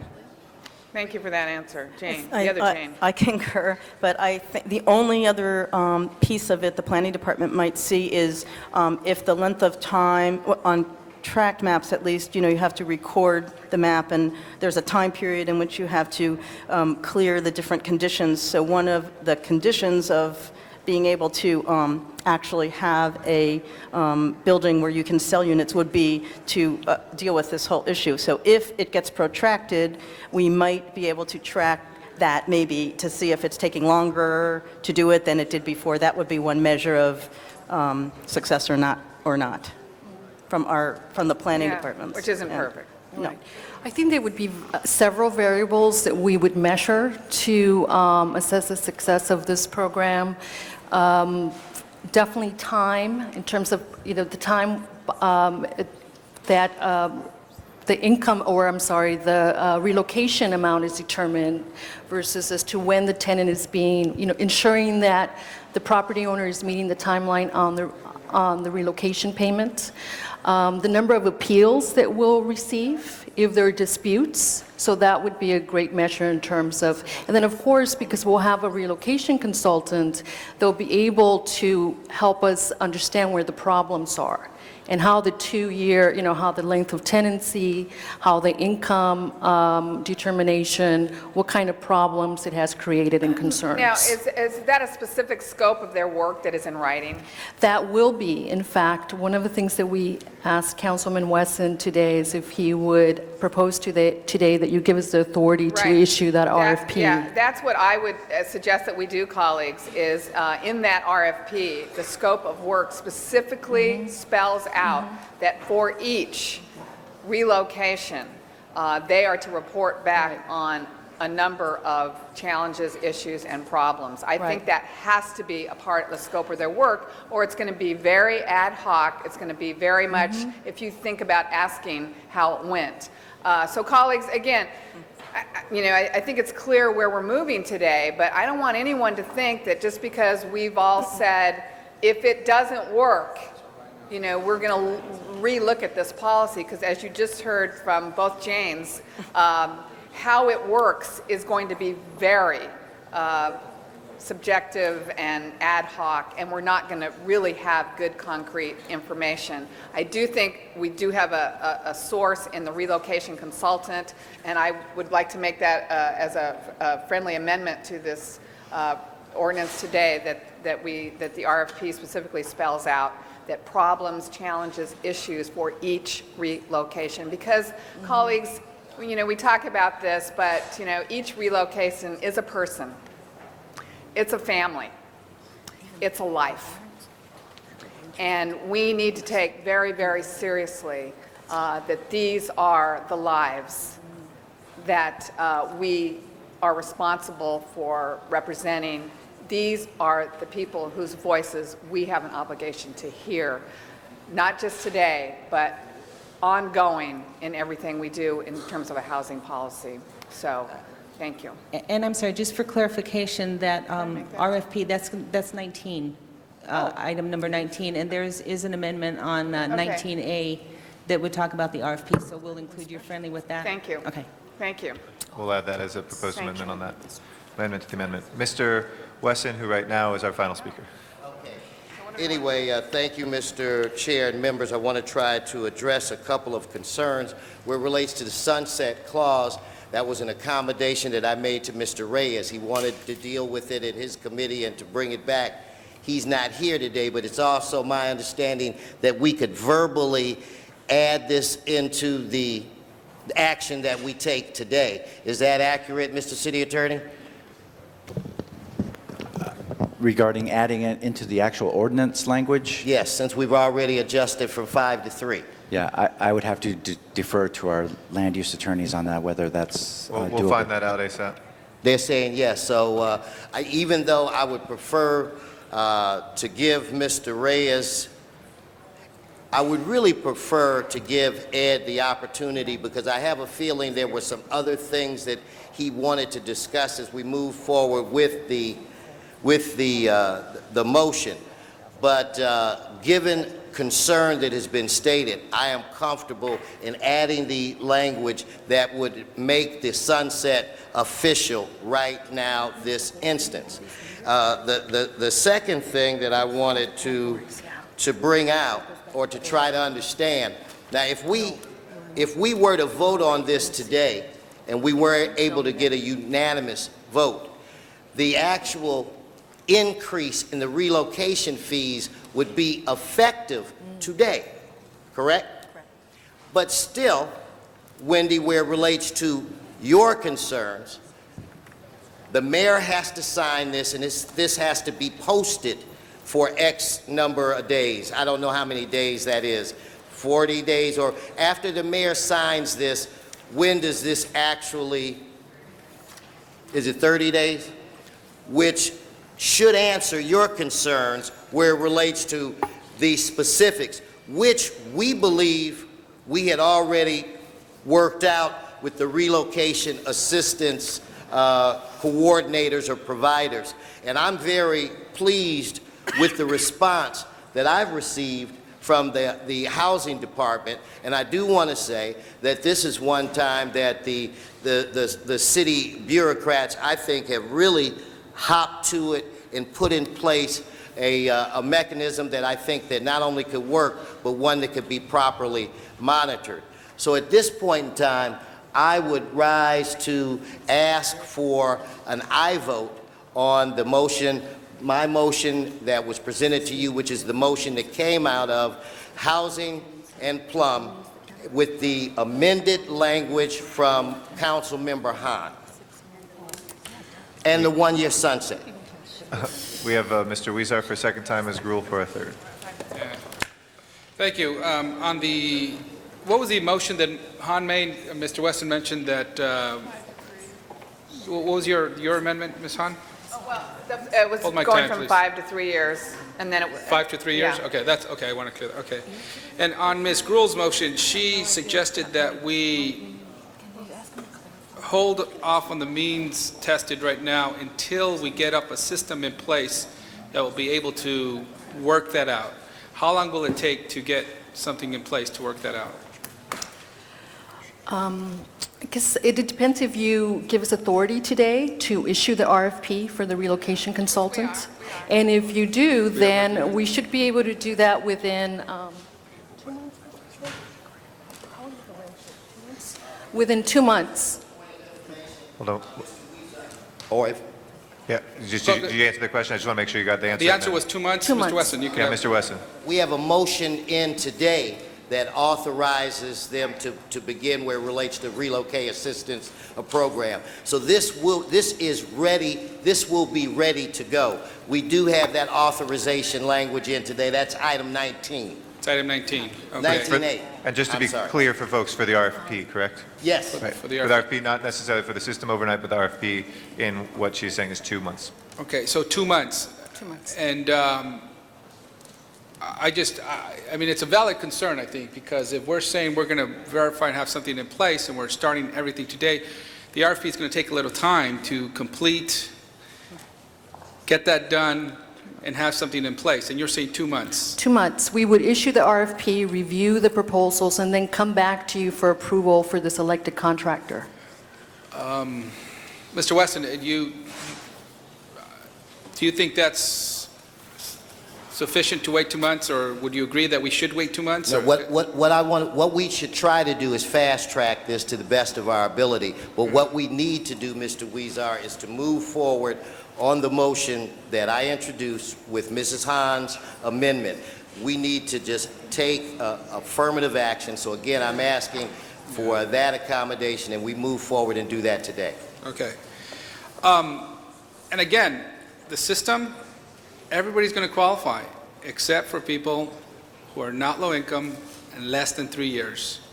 Otherwise, it's a heightened amount from what we have right now. If you're a regular tenant, 0 to 3 years, you get bumped up from the current $3,450 to $6,810. If you're a qualified tenant, meaning disabled, family, etc., you get $14,850 if you 0 to 3 years and you're not low income. So really, we're looking at a small population. I mean, the system, I was thinking about this and I thought, well, wait a minute, we are going to create this huge bureaucracy, but maybe we're not, because we're actually going to be looking to just verify a few people. Am I looking at this the wrong way? Or are we going to take let's say it's 25%, 75%. Are we verifying the 75%, or we could have ways of narrowing it down just to look at 25% of people, or I'm using that number, but I think we're verifying anybody who, it's going to be self-verified by the landlord or the subdivider, so they're going to come in and hand us and the housing department a list saying, here's my tenants and here's how much income they have. And we'll all accept that, and unless somebody says otherwise. So it's how many say otherwise, that they don't make that much, they should get more money, that will determine how many appeals there are. yeah. We don't know. So the applicant provides that information in planning when they apply for the track map, but at the point that they issue, at the point the tenant meets with the relocation consultant, when they've been issued the eviction notice, the tenant will self-certify that information as well, income and length of tenancy. Okay. And finally, my last question, if it's okay with you, Mr. President, I'm a little over my time, is at the last meeting, we suggested that the housing department come back to us with some items in place that will help us prevent discrimination based upon people being low income, now that landlords would have to pay a higher amount for people low income. How long will it take for us to have that in place, or to have that enforcement? We've started working on it, so as soon as it's scheduled in committee, we'll be ready. More or less? How long 2 weeks. 2 weeks, okay. Okay, thank you. Ms. Gruhl. Thank you, and thanks to Mr. Weston. I think the information about the 30 days and the action does speak to that. I guess my only request would be a friendly amendment that would say if in fact it's not ready by the time in which it's been approved, the ordinance has been adopted, that we would have the portion that would just say it would go into effect with the higher amounts until it's finished. That would be a small friendly amendment. It may not happen. It may not be. I think that's what this says. What? Status report. Yeah, I could do something like Okay. that. We work A status report, if they've not, by the time it is adopted by the mayor signs it and the 30 days, that you need to keep Mr. Weston's committee and Mr. Reyes's committee informed as to where you are, and if there's any glitches or problems, one, to move it ahead, because sometimes we don't get informed that there's a problem. So I think you're right, the status report and to do that. So, and I hope, and I think, as all of us, that there's going to be lower numbers. I unfortunately, my district has been impacted, as has Mr. Rosenthal's, more so on the condo conversions than some of the other parts of the city, and so we have that gut of trying to respond to that. So discrimination program for all, you're going to establish in that. So you accept that friendly amendment, Mr. Weston, on the, okay. Call it is an early warning system. An early warning system, Yeah, let yeah. us know. So if in 30, they should give probably your committee in 30 days a report back. Yes, and yes, that's okay. that makes Okay. sense. So that would mean I would rescind my earlier amendment and include that language in this, which says they will come back in 30 days to give a status report to the committee, and if they're not able to implement the entire program, that the higher amounts would be there. All right, that's accepted as a friendly amendment. And that was our final speaker. Yes, Ms. Hahn. I just want to make sure on 19, my recommendation on the RFP about the specific language. Report back. And that it would sunset, that it would hard sunset, I believe Mr. Weston. No, this was a specific language that the RFP for the relocation consultant spelled out that for each relocation, they were to report back the specific challenges, issues, and problems, burdens that arose from each relocation. Okay. Is there any objection from anybody? And that is accepted as a friendly amendment as well. I anticipate everything now as a friendly amendment, but let me review. We have, there are two that we just talked about. There was also 6A, which you have, colleagues, before you. Again, just to reiterate, one person objecting makes it not a friendly amendment. It's not an acceptance from the maker of the motion. So seeing no objection, that is accepted as friendly. And then 19A, which deals with the RFP issue and the sunset provision as amended. I want to first, there's actually two elements to this. There was the amendment to 19A that made that sunset definitive. And then there's 19A itself, which was to release the RFP. Is there objection to either one of those? Seeing not, then that's accepted as friendly amendment. Mr. City Attorney? Yeah, thank you, Mr. President. I was just given some language from CD10 regarding 6B, regarding the actual sunset language to be placed in the ordinance. And that's being distributed right now. Would you read that for the record? For the record. And Ms. Hahn, this is, I think, germane, so if you want to listen to make sure that you both are in agreement on this. Go ahead, Mr. City Attorney. That's a lot of just that subsection, if you'll, that added that additional piece. Okay. If termination of tenancy is based on the grounds set forth in subdivisions 8, 10, 11, or 12 of subsection A of the section, then the landlord shall pay a relocation fee of $14,850 to qualified tenants and $6,810 fee to all other tenants who have lived in the rental unit for fewer than 3 years, or $17,080 to qualified tenants and a $9,040 fee to all other tenants who have lived in the rental unit for 3 years or longer, or $17,080 to qualified tenants, and a $9,040 fee to all other tenants whose household income is 80% or below area median income as defined by the U.S. Department of Housing and Urban Development regardless of length of tenancy. The above listed relocation assistance payments will sunset on July 1st, 2008, unless the City Council acts by resolution to extend these provisions. If these provisions are not extended, the following provision will be invoked: $17,080 to qualified tenants and a $9,040 fee to all other tenants. So it's actually up here. It hasn't been circulated, colleagues. I have it, and I just initialed it. Excuse me, Mr. President. Sharon Cedorf Cardenas from the City Attorney's Office. Just to be clear, in the amending language for the sunset provision, it should say the above listed relocation amounts, not payments. Okay. Rising to say, so wherever it says payment, substitute that with the word amount. I'll do right here on, okay. Right. But just in the bold. In that bold section, the fourth line from the bottom? Well, I believe that there's, it's amending paragraph B of subdivision 1 of subsection D of 4706 to add a new paragraph 4 or subparagraph 4. That would also be the above listed relocation assistance amounts. Then there's another amendment to 4707. It should also say the above listed relocation assistance amounts. And then the same thing for the amendment to 151.09. Okay.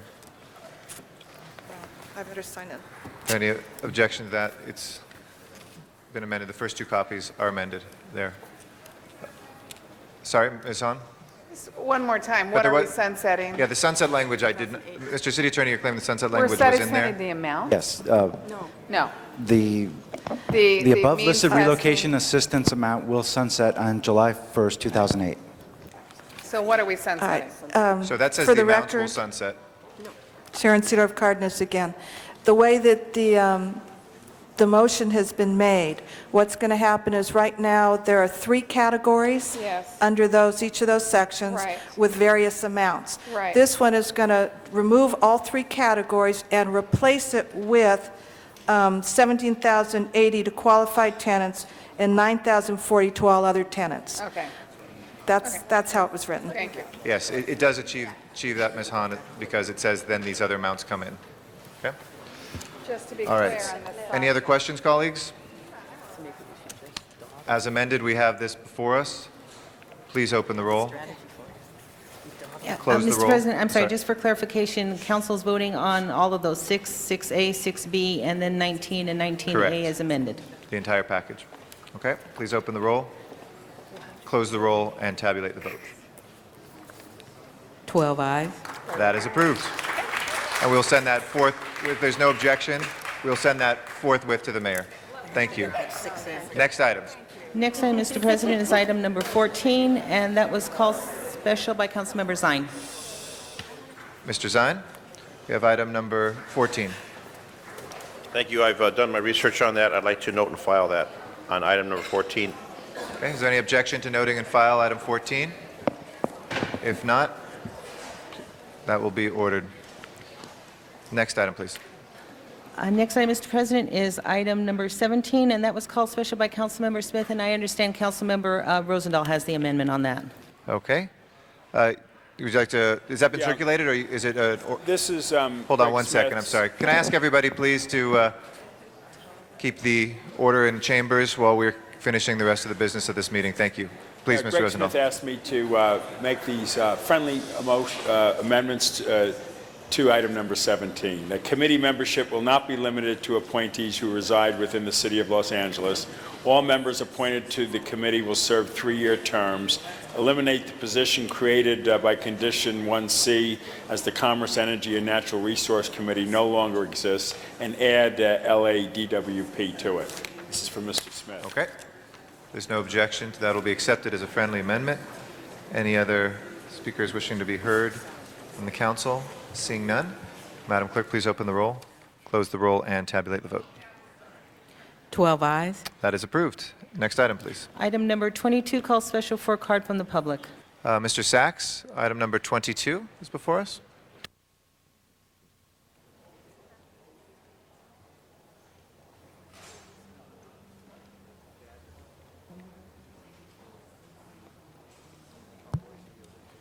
I'm sorry. I have nothing to say on this. Sorry? I thought it was something different. Oh, no, number 22, the Board of Equalization. Okay, thank you. That'll close the public comment on that one. Anybody wishing to be heard from council? Seeing none, please open the roll, close the roll, and tabulate the vote. 11 ayes. That is approved. Next item, please. Item number 24, called special by Councilmember Parks. Okay. Mr. Parks, we have item number 24. Yes. Thank you, Mr. President. I would just like, because there's several issues working on the South Los Angeles animal shelter, that it appears to me to be premature to be moving forward on the request to renew a contract for the architect. And I just ask that that item, that part of this report, be severed and moved back to committee, and that we only approve the recommendations dealing with the CD1 animal shelter. Thank you very much, Mr. Parks.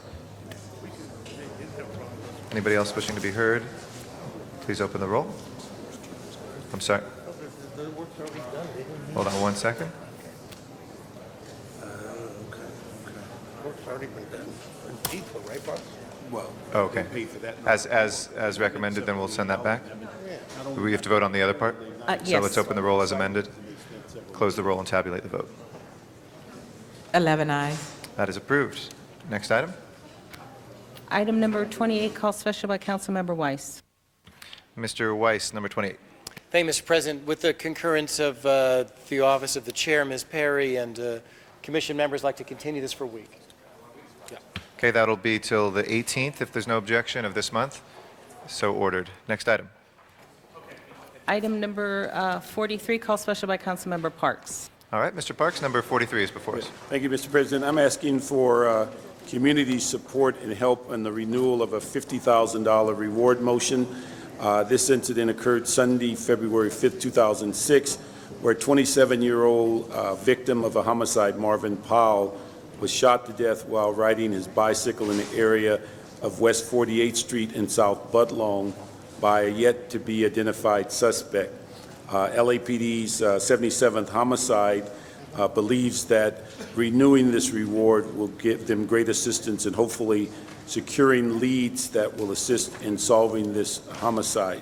So we're asking the community for anyone having information regarding the homicide of Marvin Powell at West 48th Street in Budlong to call Detective Joseph Chavez or Officer Frank Alvarez, 77th Homicide, 213-485-1383.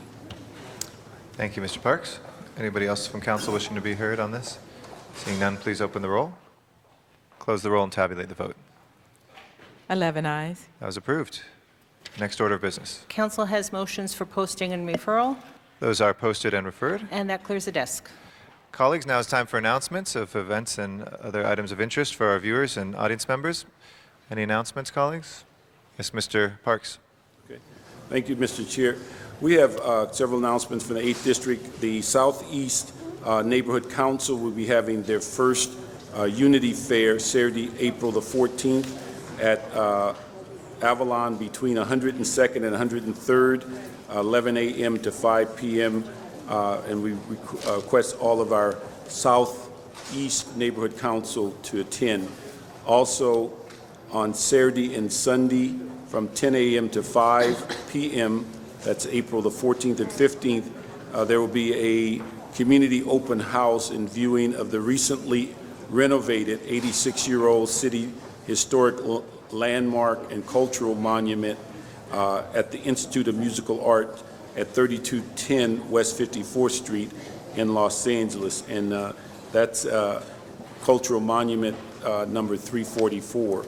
Also, as there was a great deal of news recently about the opening of baseball season for the Dodgers, many of our parks in the 8th District have a outstanding baseball and softball programs. And just to announce that on April 28th, which is a Saturday, Dinker Playground at 10 p.m. and Harvard at 10 a.m. and Harvard Playground at 10 a.m. will start their baseball and softball season. And then also, just for information to the public, on tonight at 5 p.m. at the Epic Center at 3980 Menlo, Dr. Earl Afari Hutchison will be holding the first part of a community series regarding the discussion on the second term for Chief Bratton, and he'll hold that one at 5 o'clock, April the 11th, and then also he'll have a roundtable discussion on Saturday, April 14th at Lucy Florence Coffee House in Lamert Park. And then finally, we'll be holding, working with the South Los Angeles Futures will be holding their event on Thursday, April 17th, where they'll be talking about the future of Los Angeles, panel discussion with a number of developers, April 17th at the Aqua Lounge at 6100 Center in Beverly Hills. Thank you. Any other announcements, Mrs. Berry? Thank you, Mr. President. CDD asked me to make this announcement that the Los Angeles Community Development Department is hosting a free workshop to teach business owners about tax credits and other local incentives that can lower their operating costs. April the 21st from 9:30 a.m. to 11:30 a.m. at the Chinatown WorkSource Center located at 767 North Hill Street, Suite 400. Please RSVP 213-744-9357. Thank you. Thank you very much, Ms. Perry. Any other announcements? Mr. Alarcon? Mr. President, I neglected to introduce a group, and I want to point out on Channel 35 that there was a group of Girl Scout troopers in the council chamber. I wouldn't want their teachers to think that they skipped school and weren't in fact here. They are from Guardian Angel Catholic School in the heart of Pacoima, Girl Scout Troop 98. I also want to mention that they were sponsored by a very good company in my district and throughout the San Fernando Valley, Crown Disposal Company, Jerry Prieto, who's doing great work in community relations. We want to recognize them as well. So thank you from Channel 35 for attending the council meeting. Mr. Parks, I believe you're over your quota, but you'll take one more. Let me just ask you one other thing. Forgot the Local Business Retention and Attraction Task Force will have their special meeting Thursday, April 12th, and just would like to ask council members, we only received 3 council districts that have given us names to be a part of that committee. That did or did not? And so we got one from CD 1, 12, and 13. Okay. And so we'd ask the other council members if you can get us the names so that meeting can move forward. And so that's meeting will be in 1060, Thursday, April 12th at 2 p.m. Thank you. And that's very important, colleagues and staff who are listening as well. Be sure to get on that. That's a very important committee for business retention, and each one of us has an appointee for that, so please do follow up with Mr. Parks. Okay. And then the presenters that are here for this meeting will be from the travel and tourism industry to bring forth what their issues are about the business environment in the city of Los Angeles. Thank you very much, Mr. Parks. Any other announcements, colleagues? Do we have any adjourning motions today? Does anybody have any adjourning motions?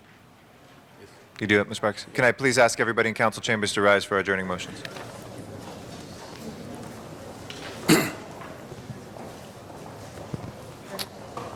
And I recognize Mr. Parks. Yes.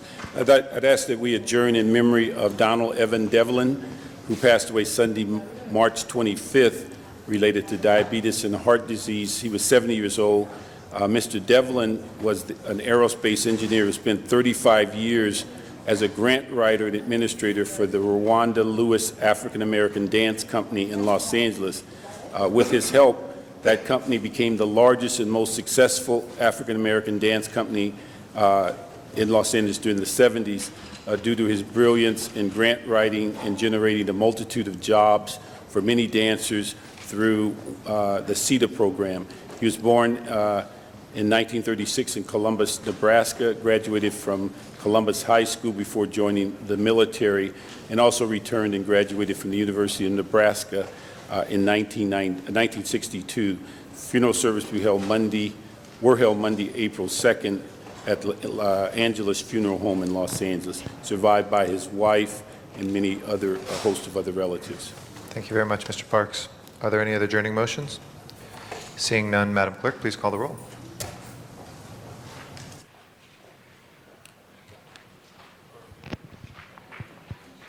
Colleagues, we will next be in session on Friday, the 13th of April.